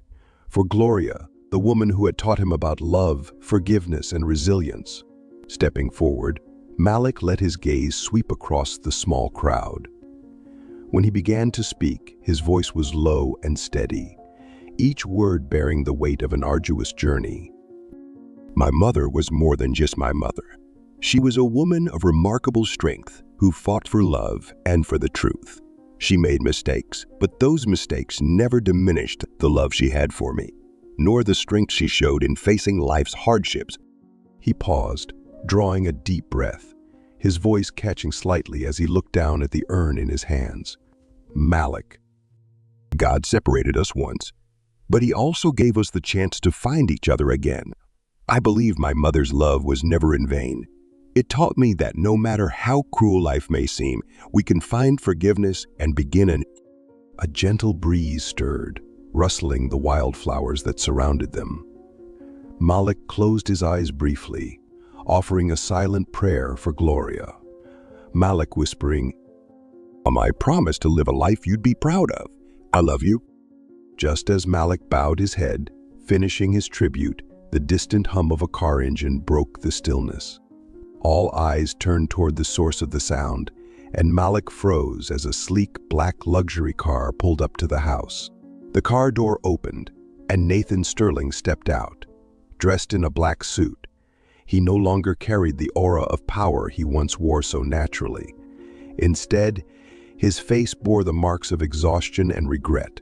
He paused for a moment, glancing around as if to reassure himself that he truly belonged there. Nathan walked slowly toward the gathering, his hands clenching and unclenching at his sides as though struggling to keep his emotions in check. Nathan, voice heavy with emotion. Malik? Malik turned, his eyes flashing with a mixture of surprise and lingering anger. He said nothing, merely watching the man he had once longed to call father. The man whose acknowledgement he had craved for so long. Nathan took a deep breath, meeting Malik's gaze head-on. I know I don't deserve to be here, but I couldn't let this day pass without coming. I owe you an apology and a thank you. His voice faltered, and he swallowed hard, the words catching in his throat. Gloria, your mother, she was an extraordinary woman. I was wrong to let her go, and I was wrong not to acknowledge you sooner. But seeing you here today, standing before everyone, I know you're someone I could be proud of, even if I don't deserve to call myself your father. Malik stood motionless, his expression caught between anger and compassion. Malik coldly. So why are you here, Nathan? To say things I no longer need to hear? Nathan nodded, his gaze unwavering. Perhaps, but I'm also here to ask for something, for your forgiveness. Malik's brow furrowed, his lips pressed into a thin line. Nathan, continuing, his voice breaking. I can't go back and fix what I've done, but if you'll let me, I want to start over. I can't replace the years we lost, but I want to be part of your life, if you'll allow it. Malik was silent for a long time, his eyes locked on Nathan's. Finally, he exhaled deeply, the sound carrying the weight of wounds and reluctant release. Malik, quietly. You hurt my mother, and I can't say I'm not angry, but my mother, she forgave you, and I know she'd want me to do the same. He paused, his voice thick with emotion as his eyes glistened with unshed tears. Malik, I won't promise it'll be easy, but if you're willing, I'll give you a chance. Nathan's eyes filled with tears, though a faint, grateful smile broke through his somber expression.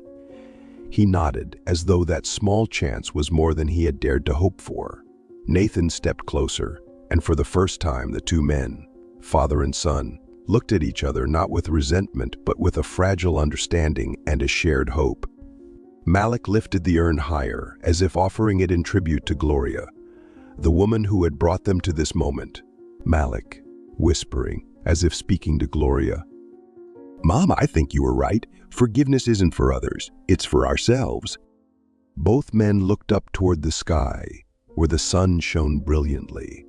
A soft wind swept through, carrying the sweet scent of wildflowers. It felt like a quiet message from Gloria, a gentle reminder that she had found peace. And now, so could they. Together, they stood under the bright sky, letting the warmth of the sun and the cool breeze guide them toward their own journey of healing and reconciliation. Malik sat alone in his small office in Ohio, the light from the desk lamp casting a soft glow over his face. Worn but calm, in front of him lay an ivory envelope neatly placed on the desk. On the envelope was a name he hadn't expected to see here, Nathan Sterling. Nathan Sterling. Malik stared at the name for a long moment before finally opening the envelope. As he pulled out the letter, his hands trembled slightly. He unfolded the handwritten note, the slanted script stretching across the white paper. The room was so quiet that the only sound was the measured rhythm of his own breathing. Nathan, excerpt from the letter. Son, I've thought a great deal since Gloria's memorial, standing there, watching you hold her ashes, listening to your words about love and forgiveness. I couldn't help but ask myself, could I ever stand before you with that kind of courage? Or would I continue living in the cowardice that has haunted me my entire life? For the first time, I saw myself through your eyes, not as a father, but as a man who ran from his responsibilities. A man too weak to fight for what truly mattered. I was wrong, Malik. Wrong from the moment I let Gloria go. Wrong when I didn't fight for you, for her, for our family. Wrong when I allowed fear of losing power and reputation to dictate my choices. I left you to grow up with emptiness and left Gloria to endure unspeakable pain. You've shown me that true strength doesn't come from power or wealth. Strength is facing the wrongs you've done and working to make them right, no matter the cost. But you know what? It's taken me far too long to understand that.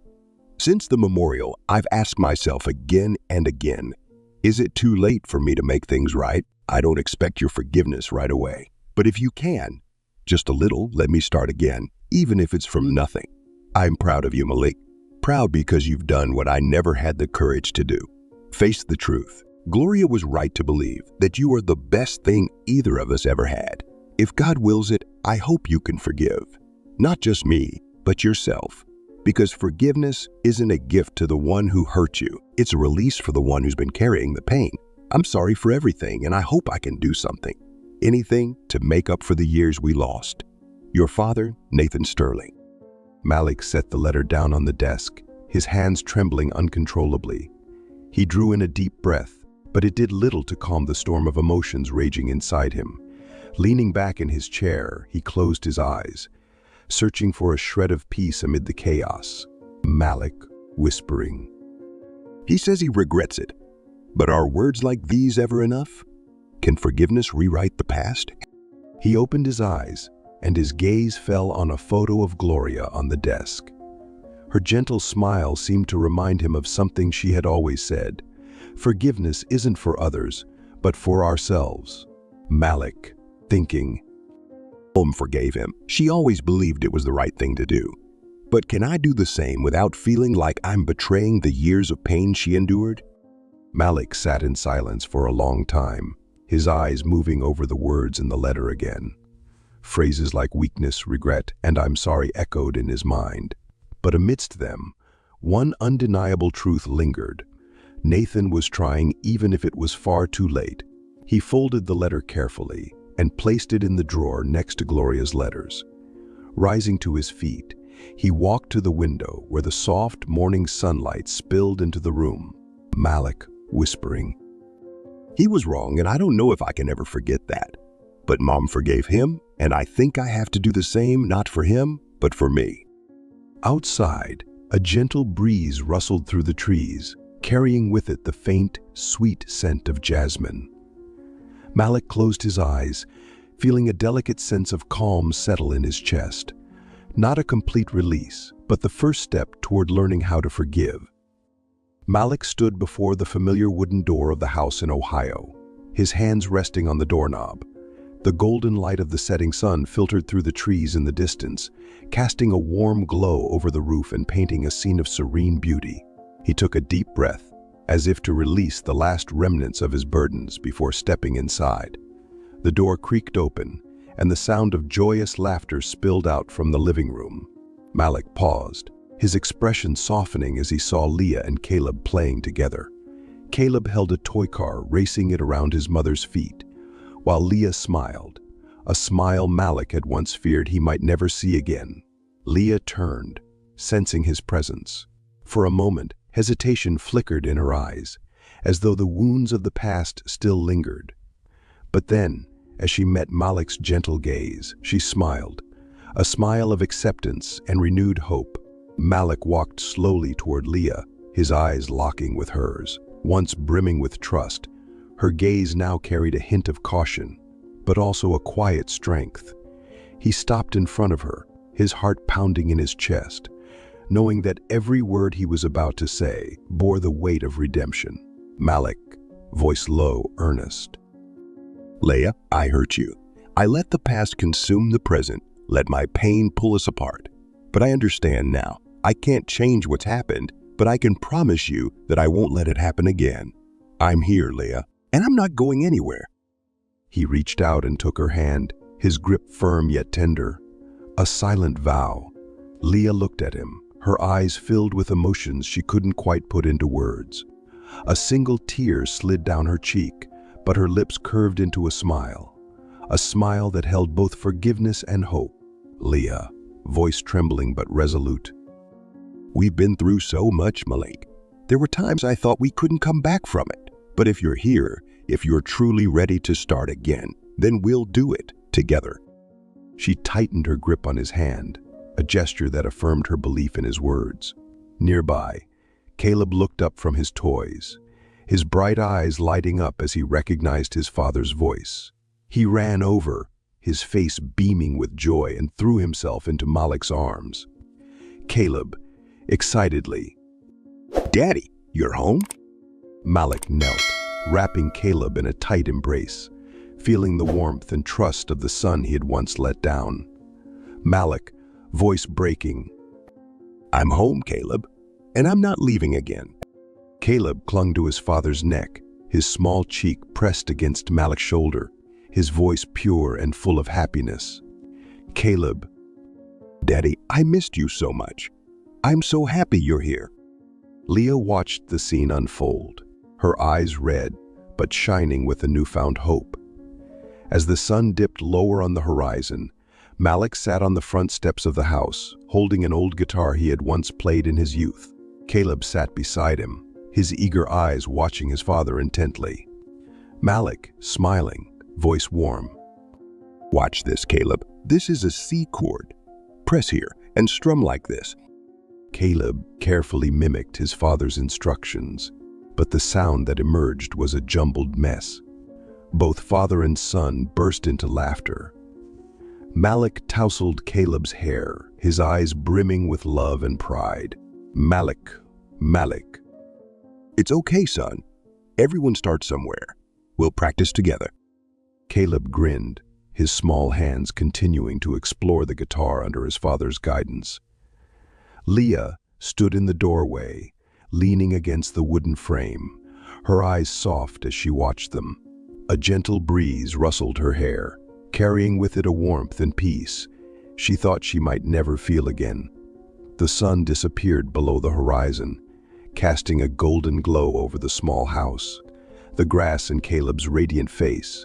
The boys' laughter mingled with the rustic strumming of Malik's guitar, creating a melody of connection and healing. In that moment, Malik looked up, meeting Leah's gaze and then glancing down at Caleb. A sense of peace washed over him, a quiet realization that he had found what he thought was lost. Malik, whispering as though to himself and his family, "The truth can hurt, but it sets us free. And freedom is the foundation of love and forgiveness. I understand that now, Leah, and I promise I'll never forget it." The small family sat together, bathed in the tender light of the setting sun. The tears and scars of the past had not disappeared, but they had softened, making way for love and renewal. A new beginning, whole and brimming with hope. Malik's story may have ended, but is the journey to uncover the truth truly over? Stay tuned to our channel for more touching stories.